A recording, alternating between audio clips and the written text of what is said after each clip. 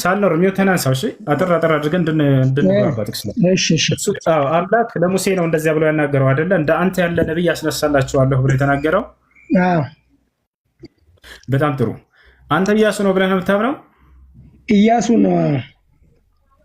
በጣም ጥሩ። ኢያሱን አምላክ እንደ ሙሴ ያለ ነብይ አንተ ነህ ብሎ አናግሮታል። መቼም ያናገረው ነበር አምላክ ኢያሱን አይደለ? ስለዚህ በዚያኔ እንደዚህ ብሎ ነግሮታል ወይስ አልነገረው? አይ ለሙሴ ነገረው፣ ግን ትንቢቱ በኢያሱ እንደተፈጸመ ያስረዳል። እሱማ የእናንተ ግንዛቤ ነው። እኔ ለፈለኩት ሰው አምጥቼ ላደርገው እችላለሁ። እኔ ነቢ ሰለላሁ ዐለይሂ ወሰለም ሳደርግልህ ጊዜ አይ ለእርሳቸው ጋር ይመሳሰላልና እንደዚያ ነው ብዬ ልለጥፍ እንዳይመስልህ። ቃል በቃል አምላክ ሙሴን ቃል በቃል ምን ብሎታል? እኔ እንደ አንተ ያለ ነብይ ያስነሳላቸዋለሁ እንዳለው ነቢዩ ሰለላሁ ዐለይሂ ወሰለም አምላካችን አላህ ቃል በቃል አንተ እንደ ሙሴ ያለ ነብይ ነህ ብሎ ስለገለጻቸው ነው። ከማንም ነብይ ጋር አላመሳሰላቸውም፣ ከሙሴ ጋር ነው ያመሳሰላቸው። ላሳየህ ትንቢቱን በእርሳቸው ላይ እንደፈጸመ አምላክ። እስኪ አሳየኝ። እስኪ ከቁርአን ነው ከመጽሐፍ ቅዱስ ታሳየኝ። አምላክ አላህ ሱብሓነሁ ወተዓላ ሙሴን አናግሮታል ብለን እናምናለን። ቃል በቃል ነብዩ ሰለላሁ ዐለይሂ ወሰለም ሲያናግራቸው እንደ ሙሴ ያለህ ነብይ ብለው ገልጾላቸዋል። ምን ትላለህ?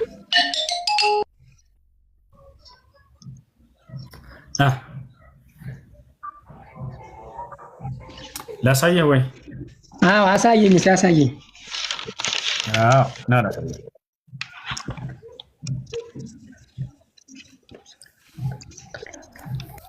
ተመልከቱ። እዚህ ጋር ምን ይላል?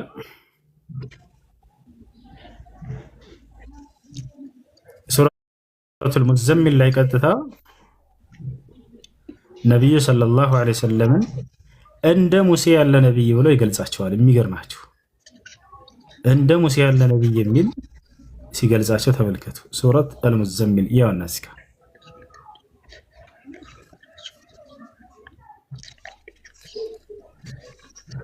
አንድ ሳንኖር ዳዳም እዚህ ጋር ምን ይላል? እኛ አላህ ምን አለ? እኛ በእናንተ ላይ መስካሪ መልእክተኛን ወደ እናንተ ላክን ይላል። ወደኛ የተላኩት ማናቸው መልእክተኛ? ፈርዖን። ወደኛ የተላኩት መልእክተኛ ማን ናቸው?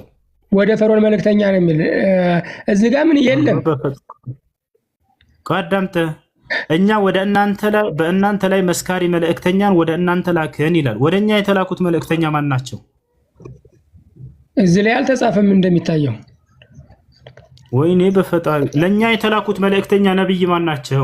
ነብዩ መሐመድ እኮ እያለ እኮ አላህ ወደኛ እኛ በእናንተ ላይ መስካሪ መልእክተኛን ወደ እናንተ ላክን ይላል። ወደኛ የተላኩት መልእክተኛ ከአላህ ዘንድ ነብዩ ሰለላሁ ዐለይሂ ወሰለም ልክ ወደ ማን እንደተላከው ብሎ ገለጸ። ወደ ፈርዖን መልእክተኛን እንደላክን አለ። ወደ ፈርዖን የተላከው መልእክተኛ ማን ነው? ሙሴ። አላሁ አክበር። እንደ ብሎ ቃል በቃል ያመሳስላቸዋል። ወደ እናንተ መልእክተኛ እንደላክን ልክ ወደ ፈርዖን መልእክተኛ እንደላኩት ወደ እናንተ ዛሬም ላኩኝ ይላል። ወደ ፈርዖን ከተላከው መልእክተኛ ጋር የተመሳሰሉት ነብዩ ሰለላሁ ዐለይሂ ወሰለም ቃል በቃል እዚህ ጋር አላህ እርሳቸውን ያመሳስላቸዋል። አይደለ? ስለዚህ በየትኛው መጽሐፍ ቅዱስ ክፍል ላይ ግን እንደ ሙሴ ያለ ነብይ ተብሎ የተገለጸ አንድ ነብይ የለም መጽሐፍ ቅዱስ ላይ አለ ካልክ ማምጣት ትችላለህ።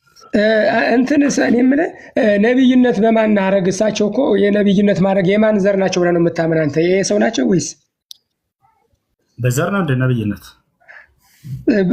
ነብይነትን በማን ወረሱት? ከማን ወገን ናቸው? በዘር አይደለም። አምላክ ነብይነትን በዘር አይደለም የሚልከው። በየሁሉም ቦታ ላይ ነብያትን ያስነሳል። አምላክ አላህ ሲናገር ምን አለ? ወለቀድ በዐስና ፊ ኩሊ ኡመቲን ረሱላን ይላል። እርግጥም በእያንዳንዱ ማህበረሰብ ላይ ነብያትን ልኬያለሁኝ አለ። ወኢን ሚን ኡመቲን ኢላ ኸላ ፊሃ ነዚር ይላል። አንድም ህዝብ የለም ነብይ ያለፈበት ቢሆን እንጂ አለ። አምላክ አላህ ከእስራኤል ወገን ብቻ መርጦ ለዓለም ነብያትን የሚልክ አይደለም። ገብቶሃል አይደለ? ይህ መጽሐፍ የሚናገረው ለሙሴና ለመሲሁ የተሰጠው መጽሐፍ እስራኤላውያን ስለሆኑ ለዚህ ወገን ብቻ የተላኩ ነብያት ስለሆኑ ስለዚያ ወገን ብቻ ነብያት ያነሳል። ነገር ግን ያ ማለት በሌላ ዓለም ላይ አምላክ ነብያትን አላከ ማለት አይደለም። ገብቶሃል አይደለ? ስለዚህ ነቢያችን ሰለላሁ ዐለይሂ ወሰለም ከማን ዘር ናቸው? የአብርሃም ዘር ናቸው። ከአብርሃም ዘር አላህ በቁርአን ላይ ቃል ሲገባለት አብርሃምን ምን አለው? ወጀዐልና ፊ ዙርየቲሂ ኑቡዋ የነብይነትን ማዕረግ በአንተ ላይ አደርግልሃለሁኝ ያለው። ስለዚህ ነብዩ ሰለላሁ ዐለይሂ ወሰለም ከማን ዘር ናቸው? ከአብርሃም ናቸው። በአብርሃም በኩል ማን መጣ? ኢስማኤልና ኢስሐቅ መጡ። በኢስሐቅ በኩል ማን ተመረጡ ከተባለ በኢስሐቅ በኩል እስከ መሲሁ ድረስ ያለ ነብያት እስራኤላውያን ነብያት ተመርጠዋል። ገብቷል አይደል?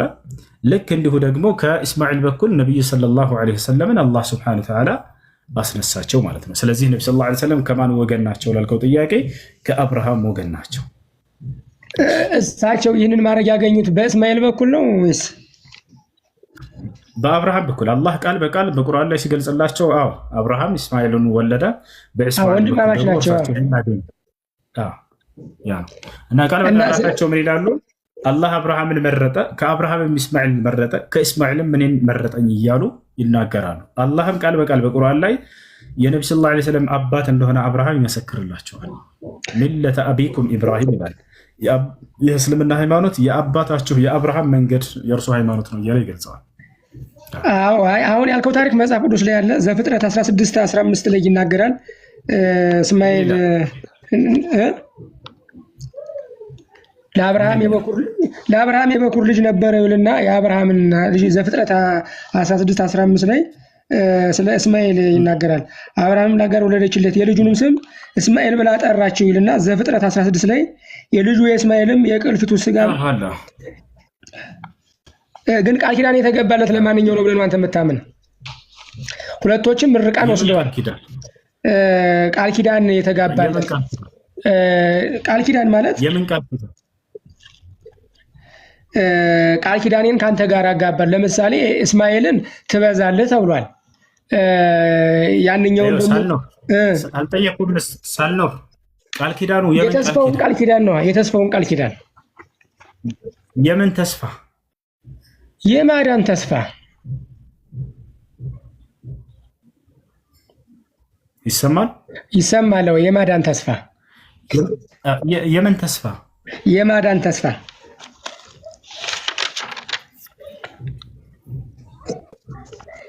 እኮ የምን ተስፋ?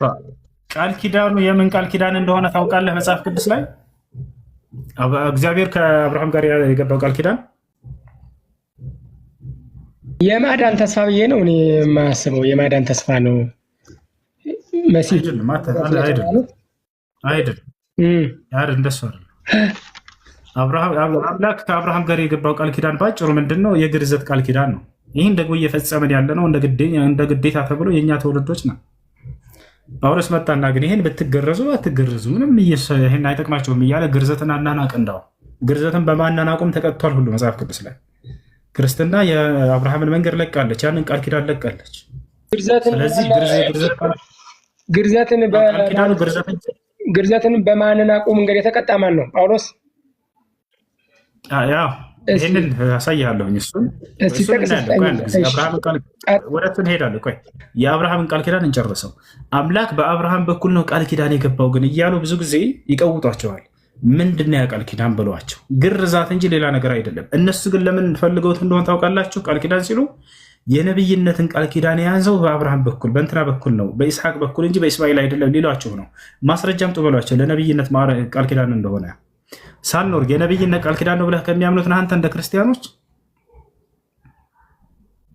ቃል ኪዳኑ የመገረዝ ነው ብዬ አላምንም እኔ። ምክንያቱም ስለዚህ አሁን ላሳይህ የመገረዝ እንደሆነ መጽሐፉ ላይ ላሳይህ። በእኔና በአንተ መካከልም የማደርገው ቃል ኪዳን ይህ ነው፣ እያንዳንዱ ወንድ ልጅ ከዘርህ ከብልቱ ሸለፈት ወይም ቁልፈት ይገረዝ ይላል። የመጀመሪያው ቃል ኪዳኑን የአምላክን ቃል ኪዳን የፈጸመው ደግሞ ኢስሐቅ ሳይሆን እስማኤል ነው። አምላክ ከአብርሃም ጋር የያዘውን ቃል ኪዳን የመጀመሪያ የፈጸመው ማን እንደሆነ ታውቃላችሁ? እስማኤል ነው። አሁን ማስረጃ ላሳየህ ና።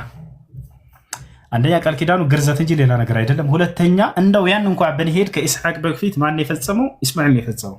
ምክንያቱም የመጀመሪያ በኩር ልጁ ማን ነው ሳልኖር ለአብርሃም እስማኤል ነው አይደለ? እስማኤል ነው የበኩር በፊት እስማኤል ነው ግን አይዋ። ስለዚህ የመጀመሪያውን ቃል ኪዳን የፈጸመው እሱ ነው። ቆይ አሁን ላሳየህ።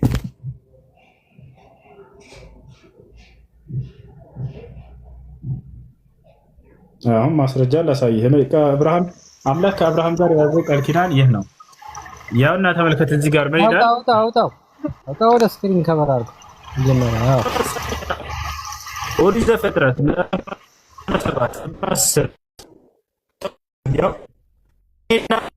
መካከል ከአንተም በኋላ በዛ መካከል የምትጠብቅ ቃል ኪዳን ነው አለ እግዚአብሔር። ያ ቃል ኪዳን ምንድን ነው? ከእናንተ ወንድ ሁሉ ምን ይደረግ እና ያው መጽሐፍን እያጣውላ ከእናንተ ወንድ ሁሉ ምን ይደረግ ይህ ኪዳን በቃ እነሱ ምንድን ነው የሚሸጣቸው? አምላክ በአብርሃም በኩል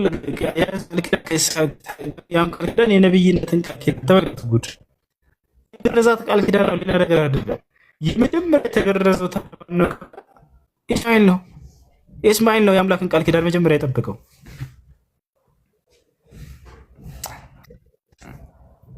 አይሰማችሁም?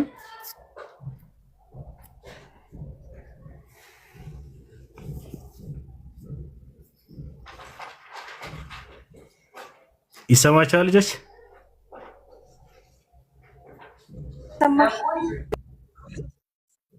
መልካም። ያው እነዚህ ጋር ይታያል። በእኔና በአንተ መካከል አለ እግዚአብሔር ለአብርሃም ሳያናገረው፣ በእኔና በአንተ መካከል ከአንተም በኋላ በዘርህ መካከል የምትጠብቁት ቃል ኪዳኔ ይህ ነው አለ። ምንድነው ያ ቃል ኪዳን? ከእናንተ ወንድ ሁሉ ይገረዝ። ይሄ ነው ቃል ኪዳኑ። አለቀ። ሳልኖር አገኘኸው?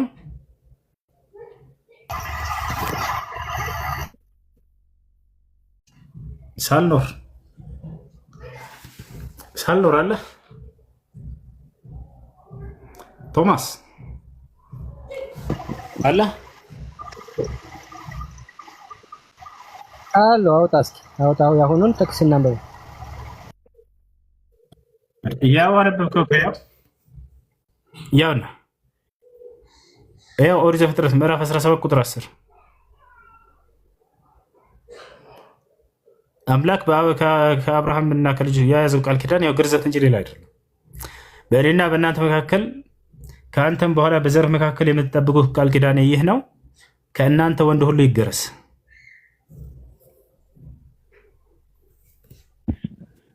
የዚህም ቃል ኪዳን የመጀመሪያ ፈጻሚው ማን ነው ከተባለ ኢስማኤል ነው የፈጸመው። ኢስማኤል ነው። እንደው በእናንተ እንኳን እንሄድላችሁ ከተባለ ግን አሁን ከእስልምና አንጻር ያለውን ላስረዳችሁ። ይሰማችኋል ልጆች? እሱ የሚጠቅማቸው ይሰማል ወይንስ ይቆራረጣል?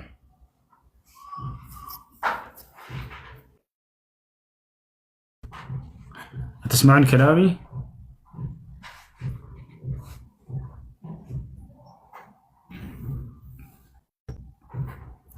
እሺ ከተሰማ ልቀጥልላችሁ። አምላክ አላህ ስብሐነሁ ወተዓላ ቃል ኪዳንን የያዘው ከማን በኩል ነው? እኛ ከኢስሐቅም ከእስማኤልም ከሁላቸውም ነው የያዘው ቃል ኪዳን። የአምላክ ቃል ኪዳን ምንድን ነው? ኢስላም ነው። አምላክ በእርሱና በሰው ዘር መካከል ሁሉ ያደረገው ቃል ኪዳን ኢስላም ነው። ከእርሱ ጋር የመታረቂያ የመስማሚያ መንገዳችን እርሱ ነው። ገብታችኋል? በእኛና በእርሱ መካከል ሊያስማማን የሚችል መስማሚያ ቃል ኪዳናችን እርሱ ኢስላም ነው።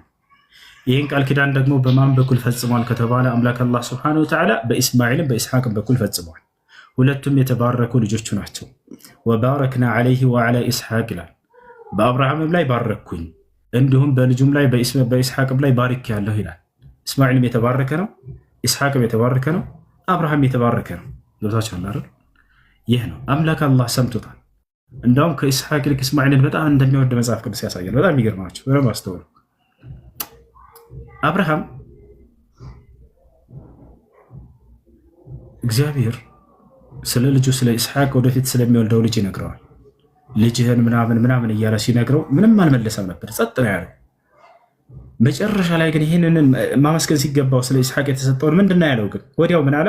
የመጀመሪያ ቃሉ አብርሃም ያን ሁሉ ከሰማ በኋላ ስለ ልጅ ስለ እስማኤልም እንድትሰማኝ ይፈልጋለሁ ነው ያለው። ወዲያው አይታችሁ ከሆነ ነገረው ስለ ኢስሐቅ።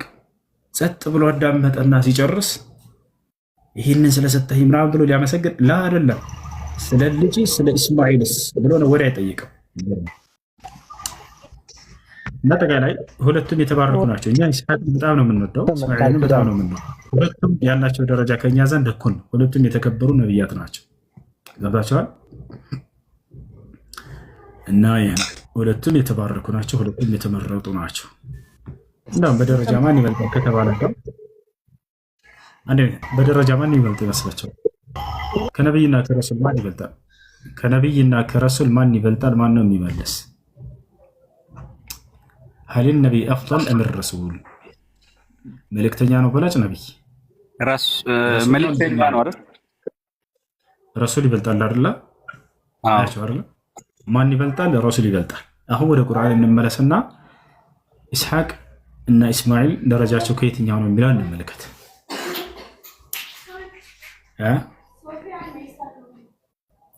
ኢስማኤል ምንድን ነው? ወዝኩር ፊል ኪታቢ ኢስማኤል ኢነሁ ካነ ሳዲቀል ወዕድ ወካነ ረሱለን ነቢያ። ሁለቱንም ማዕረግ የያዘ ነው ኢስማኤል። ወዝኩር ፊል ኪታቢ ኢስማኤል፣ በዚህ በመጽሐፉ ላይ በቁርአን ላይ ኢስማኤልን አውሳላቸው ይላል። ኢነሁ ካነ ሳዲቀል ወዕድ፣ እሱ ቃሉን ጠባቂ ነበር ይላል። ወካነ ረሱለን ነቢያ፣ ረሱልም ነበር ነቢይም ነበር አለ። ሁለቱም ማዕረግ ነው የያዘው። ኢስሐቅ ካነ ሚነል አንቢያ፣ ከነቢያቶች ነበር እርሱ። ነገር ግን እኛ ይሄንን ኢስሐቅን ዝቅ የምናደርግበት ምንም አይነት አንደበት የለንም። እኛ ኢስሐቅ በጣም ታላቅ ነቢይ ነው። በጣም ከተከበሩ ከታላላቅ ነቢያቶች መካከል ነው። ይህ ነው እና ሁለቱም የተመረጡ የተባረኩ ናቸው። ኢስማኤልንም አላህ ኢስሐቅንም ባርኮታል። ወባረክና ዐለይሂ ወዐላ ኢስሐቅ ይላል። አብርሃምንም ባርኬዋለሁ ልጁንም ኢስሐቅንም ባርኬዋለሁ እያለ ይናገራል። ነገር ክብሩን የሆነ ክብሩን ከፍ ልታደርጉለት አይነት አስመስላችሁ ትመጣላችሁ። ኢስሐቅን ወላሂ መጽሐፋችሁ ላይ ዝቅ ነው ያደረገው። እንዴት እንደሆነ ልንገራችሁ። ኢስሐቅን በመጽሐፍ ቅዱስ ካላወቃችሁት መጽሐፍ ቅዱስ ኢስሐቅ ዕውር ነበር፣ ማየት አይችልም ነበር። ከልጆቹ አንዱ አጭበርብሮታል። ማን? ለዚያውም ታላቁን ነቢይ ያዕቆብን ተመልከቱ። ያዕቆብ ልጁን ኢስሐቅን አጭበርብሮታል፣ ሸውዶታል። እንዴት ካላችሁ ኢስሐቅ ማየት አይችልም ነበር። ኢስሐቅ ሚስቱ ማን ትባላለች? ርብቃ ትባላለች አይደል? ርብቃ ትባላለች። ማንን ትወልድለታለች? ያዕቆብን ትወልድለታለች። ሌላ ወንድም አለው ወይንም ደግሞ ልጆች አሉት። ኤሳው የሚባል ልጅ አለው። ኤሳው ደግሞ ለያዕቆብ ምን ነው? ወንድሙ ነው። ወንድሙ ነው። ኢስሐቅ ማየት አይችልም ነበር። ከዚያ በኋላ ልጄ ኤሳው ሆይ ይለዋል ኢስሐቅ ኤሳውን፣ እንድባርክህ ዘንድ ምግብ ሰርተህ አምጣ ይለዋል። ከዛ ይሄን ነገር ትሰማለች። ማን ትሰማለች? ርብቃ ትሰማለች። የማን እናት? የያዕቆብ እናት። ባሏን ልታጭበረብረው ነው ስለማያይ ማለት ነው። ልጇም ያዕቆብም ሊያጭበረብር ነው አባቱ። ሓሻ ወከላ ወላሂ ለአዚም ነቢያቶች አላጭበረበሩ። ውሸት ነው። ግንም ልንገራችሁ መጽሐፉ ላይ የተጻፈው ነው። አይሰማም። እንደ ልጆች ይቆራረጣል፣ የተቆራረጠ ነው። ይቆራረጣል፣ አይሰማም። ወአለይኩም ሰላም ወራህመቱላሂ ወበረካቱ። በቃሽ፣ ከተቆራረጠ ቪዲዮ ልዝጋ እና እስኪ አሁን ልቀጥልላችሁ። ከዚያ በኋላ እናቱን ሊያጭበረብር ነው። ማን ነው? የኢስሐቅ ሚስት ርብቃ ተመልከቱ፣ ባሏን ልታጭበረብረው ነው ስለማያይ። እንዲሁም ደግሞ ልጇ ያዕቆብ አባቱን እንዲያጭበረብር ልታደርገው ነው። ከዚያ በኋላ ምግብ ሰርታ ለያዕቆብ ትሰጠዋለች። ልጄ ሆይ አባትህ ኤሳውን ሊባርከው ይፈልጋል። እሱ ደግሞ አንተን እንዲባርክህ አባትህ ኤሳው ነኝ ብለህ ሂድና ሸውደው አለችው። ምግብ ሰርታ ምናምን ፍየል ስጋ ጠብሳ ምናምን ሰጠችው። ገታችኋል። ከዚያ በኋላ አባዬ እኔን ባርከኝ ይለዋል። ማነህ ልጄ ሲለው እኔ ኤሳው ነኝ አለ። ያዕቆብ አታለለው አባቱ። እሽና ብሎ ባረከው አስጠግቶ። አንድ ቀጥላቸዋለሁ። ሄሎ ወአለይኩም ሰላም።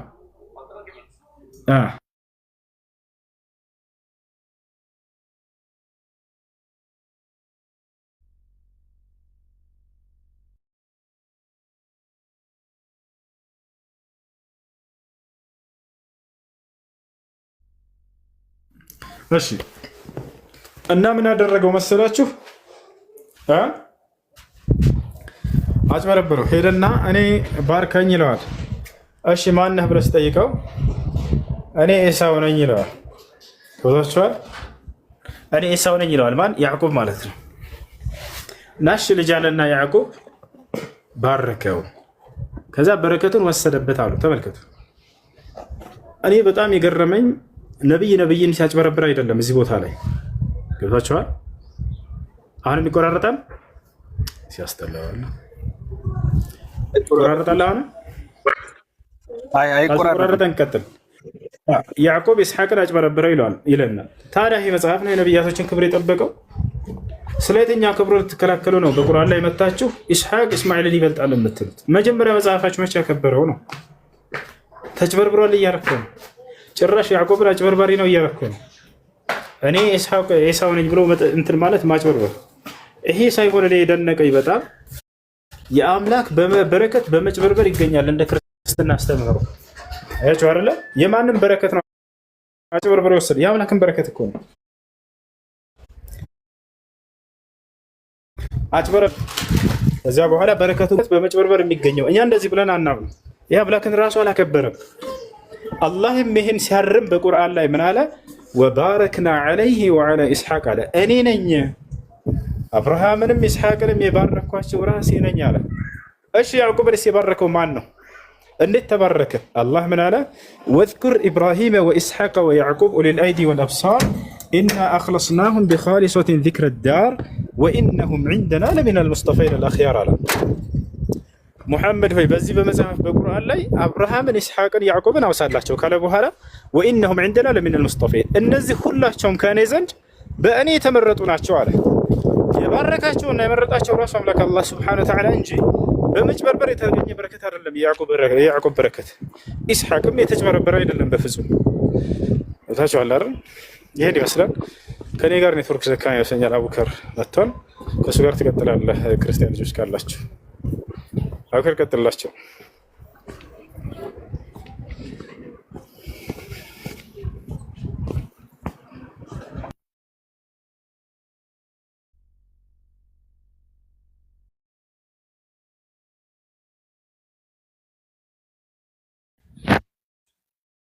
ሰላም አለይኩም አቡኪ አቡኪ አለ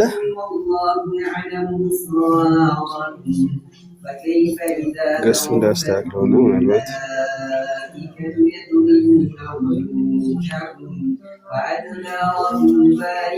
አቡኪ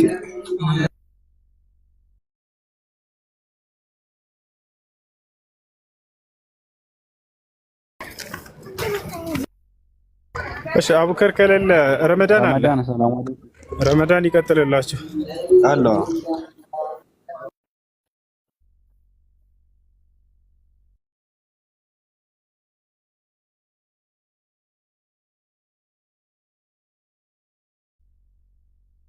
እሺ አቡኪ እስኪመለስ ወአለይኩም ሰላም እስማኤል ወአለይኩም ሰላም ተመለስክ አቡኪ መንገድ ላይ ነበርኩኝ አላየሁ ድምፁን ቀንሼው መንገድ ላይ ስለነበርኩኝ ነው አፎን ኢንሻአላህ መቀጠል እንችላለን እሱ ሰላም አለይኩም ወራህመቱላሂ ወበረካቱሁ ይላል ሰላዲን አስገብቻለሁ ሀቢቢ ቀጥል ብሏል አቡኪ ቀጥል እሺ ኢንሻአላህ ጥያቄ ካለ መቀጠል ትችላላችሁ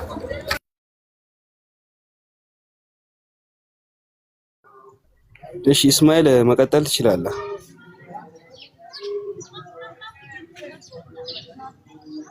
ገስት ላይ ያላችሁ ጥያቄ ያላችሁ ከስር ክርስቲያን አለ መሰለኝ ይቀጥልና ማተቤ እሺ እሺ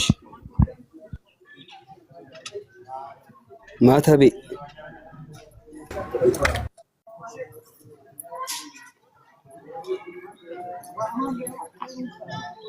ወይም ዳዋ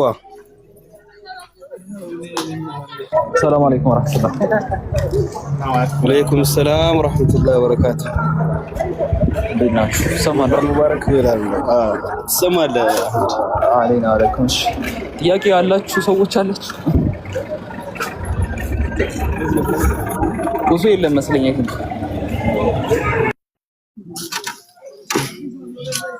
ጥያቄዎች ነው የጠፉት ምናልባት እሺ ዳዋ የለም እስማኤል ጥያቄ ከሌላችሁ በቃ ገስት ላይ ላወርዳችሁ የአሁኑ ታሪክ መጽሐፍ ቅዱስ ላይ ነው አይደል የሚገኘው ከስር አንድ ክርስቲያን እንትን እያለ ነበረ ተረት እያለ ነበረና የኤሳው ታሪክ ነው የኤሳውና የያዕቆብ ታሪክ ምን አንስታችሁ ነበረ ስለ ኤሳውና ያዕቆብ አይ ሁሱ ታሪኩን ሲያብራራላቸው ኦኬ እንትን የሚሆነው ነው ይሄ ላይክ ረብቃ ፓስ ያለችው ነገር ነው ላይክ አሁን አንተ ያዕቆብ ነኝ ብለህ ማለት ኤሳው ነኝ ብለህ ሄድ ብላ ያዕቆብን ስሸኝ ነገር መጽሐፍ ቅዱስ ላይ ያለው ላከላችሁ እሱ ምን ይላል ተረት ተረት እያለ ነበረ አንዱ ቁርአን ላይ ያለ መስሎት ማለት ነው።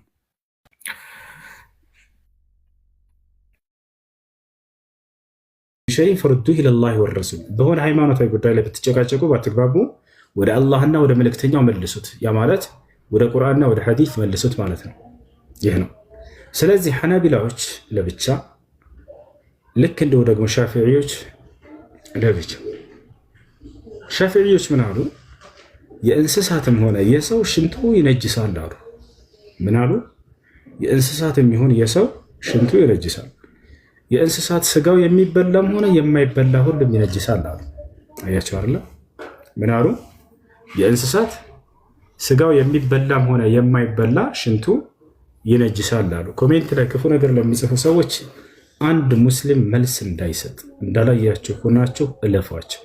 ልክ እንዳላየ ሁኜ እንደማልፋቸው አላህ በቁርአን ላይ እንዳታውቃላችሁ። ወደ መልሱ የቀደሙን ቀጥሏል። ወአዕሪድ አኒል ጃሂሊን የሚል ቁርአን አንቀጽ በርካታ ቦታ ላይ አለ።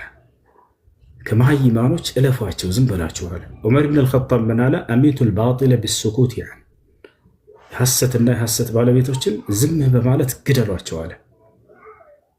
እናንተ መልስ ስትመልሱላቸው ጊዜ እንዲጮሁ እያበረታታቻቸው፣ ዝም ብትሏቸው ግን ሰሚ እንዳጡ ያውቁና ይተውታል ያንን መንገድ። ዛሬ ላይ ብዙ ካፊር እንዲፈምስ ያደረጉት የኛ ልጆች ናቸው። ጸጥ ብትሏቸው ኑሮ ወላሂ የራሳቸው ወገን አይሰማቸውም ነበር። ወደ ትምህርታችን እንቀጥል። ለማንኛውም እሺ፣ ስለዚህ ሻፊዒዎች ምን አሉ? የሰውም ሆነ የእንስሳት ሽንቱ ይነጅሳል። ስጋ የሚበላ የማይበላ ብሎ ነገር የእንስሳት ሁሉም ይነጅሳል አሉ። ማስረጃቸው ምንድን ነው ሲባሉ ምን አሉ? ነቢያችን ሰለላሁ ዐለይሂ ወሰለም ሐዲስ ላይ ተነዘሁ ሚነል በውል ፈኢነ ዓመተ ተነዘሁ ሚነል በውል ብለዋል። በቃ ከሽንት ተጽዳዱ ብለዋል። ይሄ የሚያሳየው ሽንት ነጃሳ መሆኑን ነው አሉ። የእንስሳት የሰው ምናምን ብለዋል፣ ሁሉም ይነጅሳል አሉ። ሐናቢላዎች ምን አሉ? አልኢማም አሕመድ ብን ሐንበል ታላቁ ዓሊምና የእርሱ መዝሀብ ተከታዮች ደግሞ ምን አሉ? አይ የሰው ይነጅሳል በሚለው እንስማማለን፣ ትክክል። ሁለተኛ የእንስሳት በሚለው ግን ስጋው የሚበላ ከሆነ አይነጅስም፣ ስጋው የማይበላ ከሆነ ግን ይነጅሳል አሉ።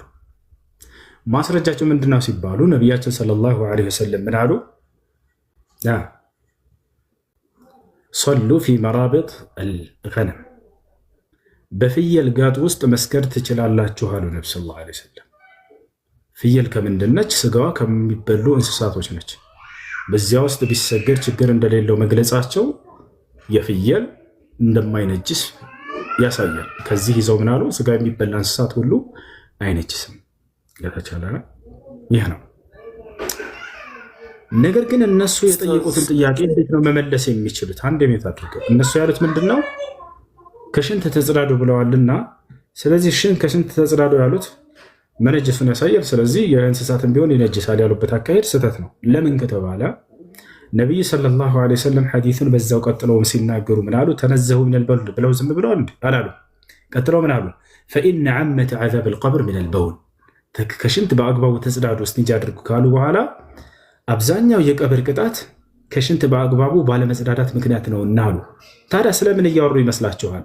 ልጠይቃችሁ እና መልሶ እንድታገኙት። ስለ ሰው ሽንት ነው እያወሩ ያሉት ወይስ ስለ እንስሳት ሽንት ነው እያወሩ ያሉት? ቀብር ውስጥ የሚቀጣው እንስሳት ነው ሰው? መልሱ።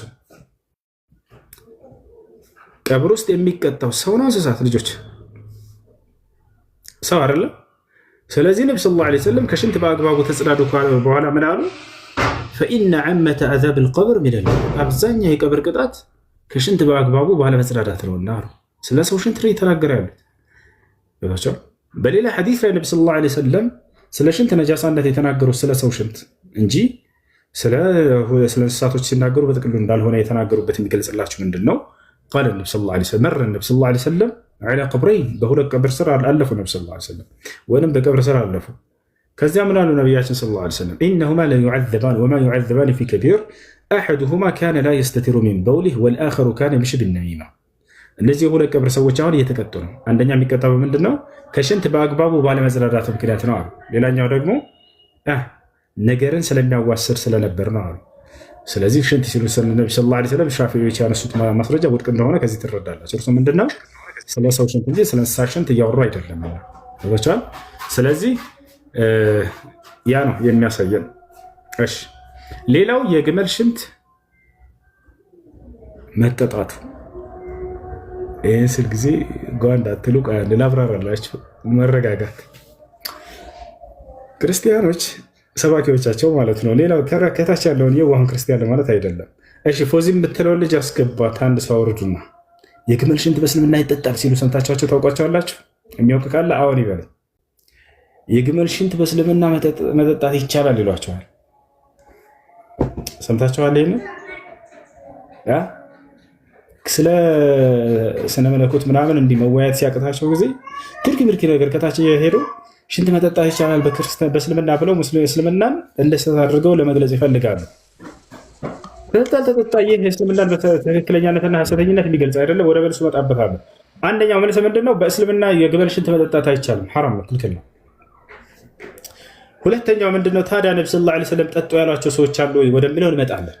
አያችሁ፣ አስላን እንደ መሰረቱ የግመል ሽንት መጠጣት ሐራም ነው፣ ክልክል ነው። ሽንት አይጠጣም። ገብታችኋል? የሰውም ሆነ የእንስሳት የምንም ሽንት አይጠጣም፣ ሐራም ነው እንደ እስላም። ነገር ግን በዚያ ቦታ ላይ ምንድነው የካንሰር መድኃኒት መሆኑን በሳይንስ ተረጋግጧል ወደሚለው እንመጣለን። የሚገርማቸው ነብዩ ሰለላሁ ዐለይሂ ወሰለም የሆነ ጊዜ መጡና የሆኑ ሰዎች አንድ ሰው ታሞ እንደሆነ ገለጹላቸው። በጣም ኃይለኛ በሽታ ታሟል፣ ሕክምና ሊያገኝ አልቻለም ይሄ ሰው። ነገር ግን ነቢያችን ሰለላሁ ዐለይሂ ወሰለም ሀሳብ ሰጡት። ለዚህ ሰው ከወተት ጋር የግመል ሽንት እንዲጠጣ አሉት። ሐዲሱን ወደው ጨርሶት ብትሏቸው ሰውየው ከህመሙ ተፈውሷል። የሚገርማቸው ከህመሙ ብሏል ተፈውሷል። ገብታችኋል? አሁን ላይ ይሄንን ከሳይንስ እንደተገኘ መድኃኒትነቱ እንደተረጋገጠ በተጨባጭ ራሱ ይሄን ነገር ሞክሮ የተሻለው ሰው ሁሉ እናውቃለን። እዚሁ አካባቢ ማለት ነው። ይባል ሁሉ ነግሮኛል። ይሄን አንድ ሰው ኩላሊት ነበረብኝ ያንን በስንት እንትን ያን እርሱ እንዳጸዳለትና እንዳጠፋለት ሁሉ ተናግሯል። እሺ አሁን ግር ያላቸው ነገር ምን መሰላችሁ? ከእንስሳት የወጣ እንትን መሆኑ ሽንት መሆኑ ከሽንት በላይ ከእንስሳት የሚወጣ ዓለማችን ላይ ወዶ የቡና አይነት ምን እንደሆነ ታውቃላችሁ? አግላ ቀህዋ ቢልዓለም ዓለማችን ላይ ወዶ የቡና አይነት ምን እንደሆነ ታውቃላችሁ? አንዴኑ ላሳያችሁ። ቅዱሳኖች አንድ ጊዜ የዓለማችን ውዱ ቡና ምን እንደሆነ የመጨረሻ ላሳያችሁና ወደዚያ እንገባለን። ተመልከቱ። አግላ ቀህዋ ቢልዓለም ዓለማችን ላይ ውዱ ቡና ይህ ቡና ነው። ይህ ቡናውን ትበላዋለች ይህች እንስሳት ታያችኋለች። ከበላችሁ በኋላ ከእርሷ በሰገራ መልክ ይወጣል። ከዚያ በኋላ ይህ ነው ዓለማችን ላይ ውዱ ቡና ከዚች ከእንስሳት የሚወጣው ከካዋ ነው። ታውቃላችሁ? ይህ ነው። ከአንዴ ዊኪፒዲያ ላይ ላሳያችሁ።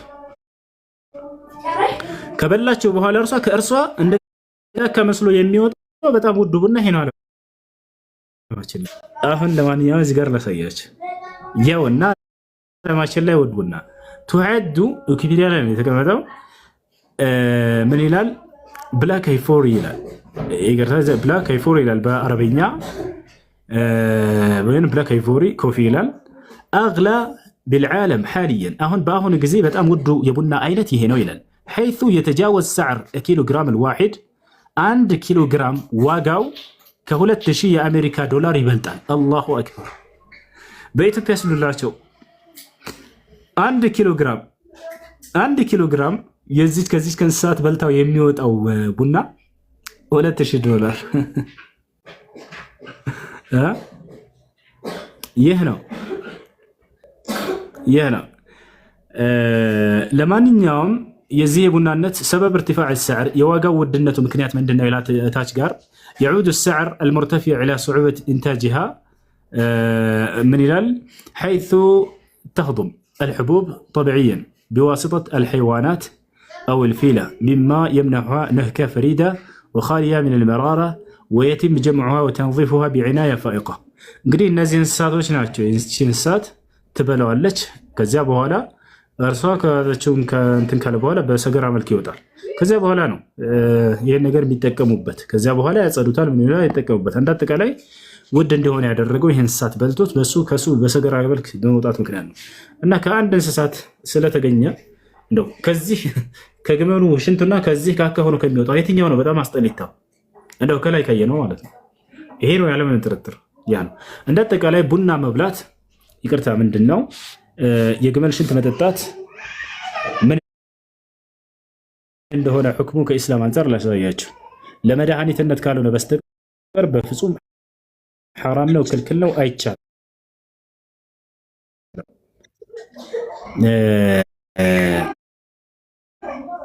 በቀር ያ ነው።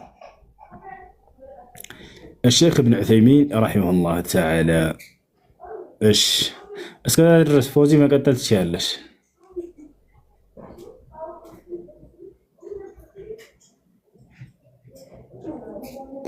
እሺ መቀጠል ትችያለሽ አለች ልጅቱ። ያውና ابن عثيمين ተጠየቁ እዚህ ላይ رحمه الله أفتى الشيخ ابن عثيمين فتوى ستوال بأن بول الإبل طاهر የግመል ሽንት ጠሃራ እንደሆነ ጠሃራ ነው። ስጋቸው የሚበላ እንስሳቶች ሽንታቸው ጠሃራ ነው የሚለው ቅድም አይተናል። ወየጁዝ ሹርቡሁ መጠጣት ይፈቀዳል። ሊተዳዊ ለመድኃኒትነት ወልእስትሽፋ ፈውስ ለማግኘት ፈቆጥ ብቻ ለመድኃኒትነት ብቻ እንጂ የግመል ሽንት መጠጣት እንደ አስል እንደ መሰረቱ ሐራም ነው፣ ክልክል ነው። ገብታችኋል አይደል? ኢብኑ ባዝን ተመልከቱ ምን እንዳሉ ታላቁ ዓሊም ምን አሉ? ላ ዩሽረቡ አይጠጣም አይፈቀድም የግመል ሽንት ለገይር ልዕላ ያው ለህመም ምክንያት ካልሆነ በስተቀር አይፈቀድም አሉ። አይቻልም፣ አይፈቀድም። ገብታችኋል አይደል? ይህ ነው። ስለዚህ የግመል ሽንት በእስልምና መጠጣት ይፈቀዳል የሚያቸው ውሸት ነው፣ ክልክል ነው። የግመል ሽንት በእስልምና መጠጣት አይፈቀድም። ለመድኃኒትነት ካልሆነ በስተቀር አይፈቀድም። ኃጢአት ነው፣ አይቻልም፣ አይፈቅድም፣ አይጠጣም። ይህን ይመስላለሽ። ፎዚ ካለሽ መቀጠል ትችላለሽ።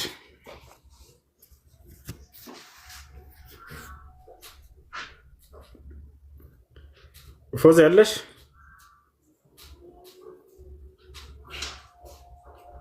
እሺ ከሌለሽ ጥያቄ ያለው መቀጠል ይችላል። ሰላም አለይኩም ኡስታዝ። ወአለይኩም ሰላም። ማለት ትንሽ አሁን ካለው ርዕስ ወጣ ያለ ነው ጥያቄ ማለት ነው። እሺ ጥያቄ ምንድን ነው? ጥያቄ አሁን የምኖረው ሳውዝ ነው ማለት ነው እና ረመዳን ነገ ነው የሚያዘው ነው የሚባለው። እሺ እና አንድ ቀን ልዩነት አለ። ኢትዮጵያ ዛሬ ከተያዘ በነጋታው ነው የሚያዘው ማለት ነው እና እኛ ካለንበት አካባቢ ደግሞ ዛሬ የሚያዙ ሰዎች አሉ ማለት ተራዊ ተሰግዶ ትላንት ማለት ነው መስጊድ ላይ እና እንዴት እንደሚታይ ይሄን ነገር ለማወቅ ፈልጌ ለዚህ ሁሉ ጥያቄ ዛሬ ሶስተኛ ጊዜ መሰለኝ ይሄን ጥያቄ በጥያቄ ሶስተኛ ነው አራተኛ መልኩን አዳምጥሽ ጾም የሚፈለግ በምን መንገድ ነው የሚለውን ኢስላም አስቀምጧል። قال النبي صلى الله عليه وسلم برؤيته وأفطروا برؤيته فإن غم عليكم فاقدروا له قدرا كما قال النبي صلى الله عليه وسلم ነቢያችን ሰለላሁ ዐለይሂ ወሰለም ምን አሉ? የረመዳን ወር መግባቱን ከምታዩ ጊዜ መጾም ጀምሯል። ወር መግባቱን የሚያረጋግጥ ጨረቃን በምታዩ ጊዜ የዛኔ አፍጥሩ አሉ። ወይም በዓለም ታከብራለህ።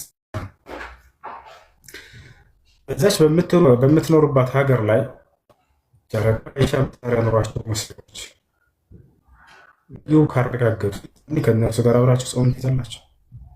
ጨረቃ ማየቻ መሳሪያ ከሌላቸው ደግሞ ከእናንተ ሀገር ጋር ተመሳሳይ ሀገር በሰዓት የምትመሳሰል ሀገር ካለች እርሷ ጨረቃ ማየቻ መሳሪያ ኑሯት አይታ ካረጋገጠችና ካወገጨች የዛኔ በእርሷ ትይዛላችሁ ማለት ነው። ለምሳሌ ኢትዮጵያ ያለች ጨረቃ ማየቻ መሳሪያ ያላት ወይ ላይ ያላት እስካሁን አይታጠቅም። ነገር ግን ከሳውዲ አረቢያ ጋር በሰዓት ተስማሚ ነች። እኩል ሰዓት ነው አይደል? ስለዚህ ሳውዲ አይታ ይሄን ነገር ስታውጅ ጊዜ ሁሌ ትይዛለች። ከዛልክ ለማውራት ዱባይ ልክ እንደው የአንድ ሰዓት ምናምን ልዩነት ነው። ስለዚህ ከእናንተ ጋር ተስማሚ የሆኑ ሰዓት ሀገር ያላቸው እነዛ አይተዋውጀ ከሆኑ ከነዛ ጋር ትይዛላችሁ። አይ በእኛ ሀገር አለ መሰረት ካለ ደግሞ ሰየው በዛው አይታቸው ራሳቸው ያረጋግጡና ያወጁ ሰዎች ካሉ ከነዛ ጋር ትይዛላችሁ። ይሄን ይመስላል።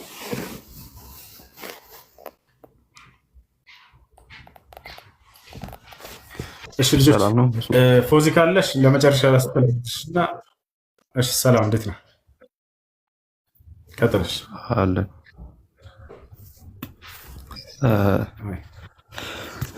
እስልምና የነቢያት ሃይማኖቶች ነው ምናምን ትላለህና የነቢያት ሃይማኖት ጥያቄ በመጀመሪያ ይቆራረጣል። ላግ እያደረክ ነው። ጥያቄ አንዱሽ ነው እንድታሳይኝ ነበር የእስልምና የነቢያት ሃይማኖት እና ነቢያቶቹ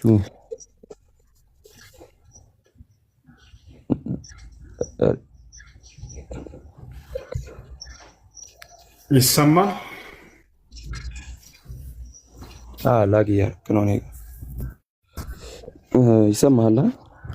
እሺ ይሰማል። አሁን ይሰማል። ቪዲዮ ልዝጋሽ። አሁን ይሰማል። እና እስልምና የነቢያቶች ሃይማኖት መሆኑን ደረጃ ታሳየን። ከዚህ ነቢያቶች በእስልምና ውስጥ እንደነበሩ ማስረጃ ብታሳይ የሚለው ያዕቆብ ቃል በቃል ልጆቹን ሙስሊሞች ሁኑ እያለ ያዛቸዋል። ወያዕቆብ ያ በኒየ ኢነ አላህ አስጠፋ ለኩም ዲን ፈላ ተሙቱነ ኢላ ወአንቱም ሙስሊሙን ይላል። ልጆቼ ሆይ ሙስሊሞች ሆናችሁ እንጂ አትሙቱ እያለ ያዛቸዋል ያዕቆብ ከነቢ ሰለላሁ ዐለይሂ ወሰለም በፊት። ላሳይህ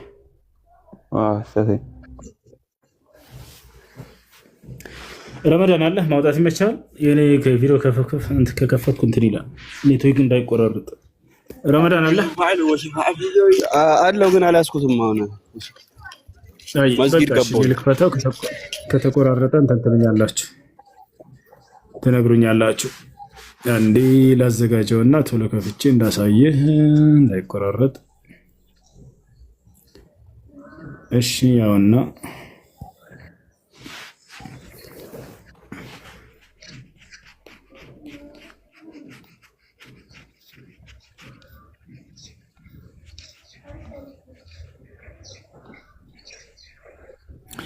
ምን ይላል እዚህ ጋር ተመልከቱ። በእርሷም በሕግጋቲቱ አብርሃም ወይንም ኢብራሂም ልጆቹን አዘዘ። ያዕቆብም ይላል ይታያል ወይንስ ደብዝዟል መሰለኝ። ያዕቆብም እንደዚሁ ልጆቹን አዘዘ። ልጆቼ ሆይ አላህ ለእናንተ ሃይማኖትን መረጠ፣ ስለዚህ እናንተ ሙስሊሞች ሁናችሁ እንጂ አትሙቱ አላቸው ይላል። ያዕቆብ ለልጆቹ ልጆቼ ሆይ ሙስሊሞች ሁናችሁ እንጂ አትሙቱ ይላቸዋል። አላህ የመረጠላቸውም ሃይማኖቱ ኢስላም እንደሆነ ይነግራቸዋል። ሌላ አልጨምርልህ? ጊዜ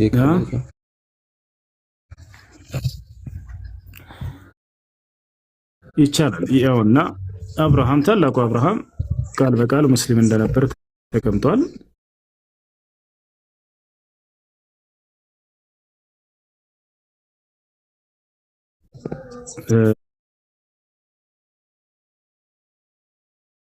ያውና ምን ይላል? ኢብራሂም ይሁዳዊም ክርስቲያንም አልነበረም፣ ግን ወደ ቀጥተኛው ሃይማኖት የተዘነበለ ሙስሊም ነበረ፣ ከአጋሪዎችም አልነበረም ይላል። ያ ኢብራሂም ወይንም አብርሃም ሙስሊም እንደነበር ያውና ይሄን ይመስላል። እሺ ሌላ ጥያቄ አለ?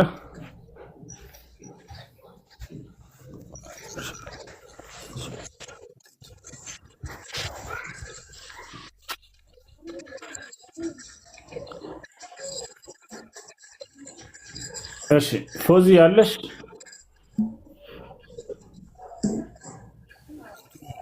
ተናግረኛለህ የሚገኝበት ቦታ ማለት። እሺ ምዕራፍ 3 ቁጥር 67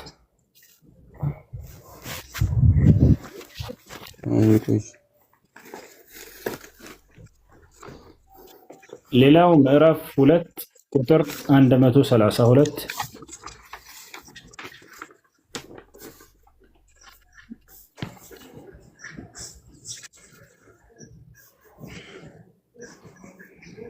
ስንት አልከኝ? ሁለተኛው ምዕራፍ 2 ቁጥር 132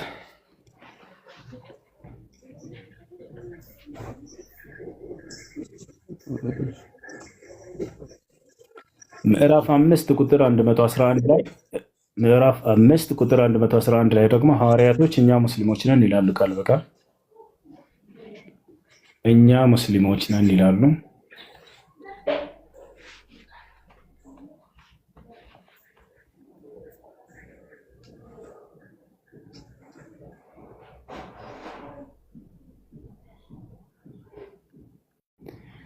እሺ ፎዚ ያለሽ ወይስ የለሽም? ሰላም አለይኩም። እሺ ወአለይኩም ሰላም። እሺ አንድ ጥያቄ ነበረኝ። እሺ ጥያቄሽ ምንድን ነው? ጥያቄ አንድ ሰው ገንዘብ አበድረኝ ሲል የለኝም አልኩ። በተደጋጋሚ የለኝም በማስኪ ወላሂ በስሊ መጨረሻ ወላሂ ብዬ አልኩ። ምን ይሻለኛል? ገንዘቡ እያለኝ የለኝም ዋሽው። ተውበት ማድረግ ዋሽቶ በአላህ ስም ማለት ሰው ተውበት ማድረግ ብቻ ነው ያለበት።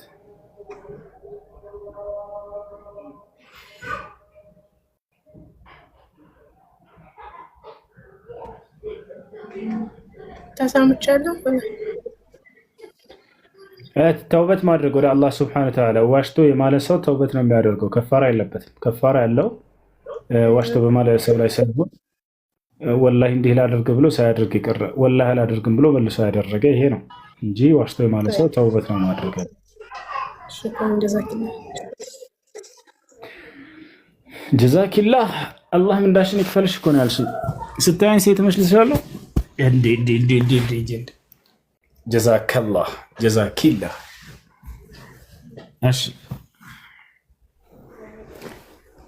እሺ وإذ أوحيت إلى الحواريين أن آمنوا بي وبرسولي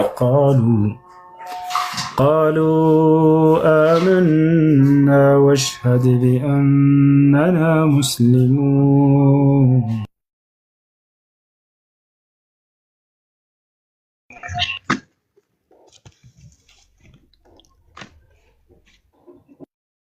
أشي قتل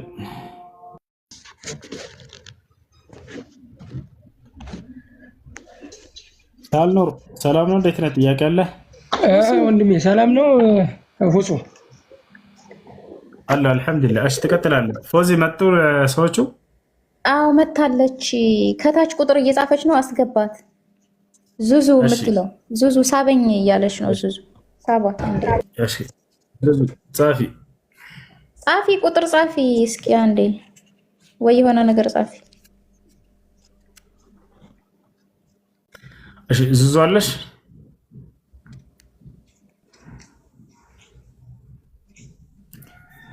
እሺ አድሚኖች ካላችሁ አስገባት። እስከዛ ድረስ ሳልኖር ጠይቅ።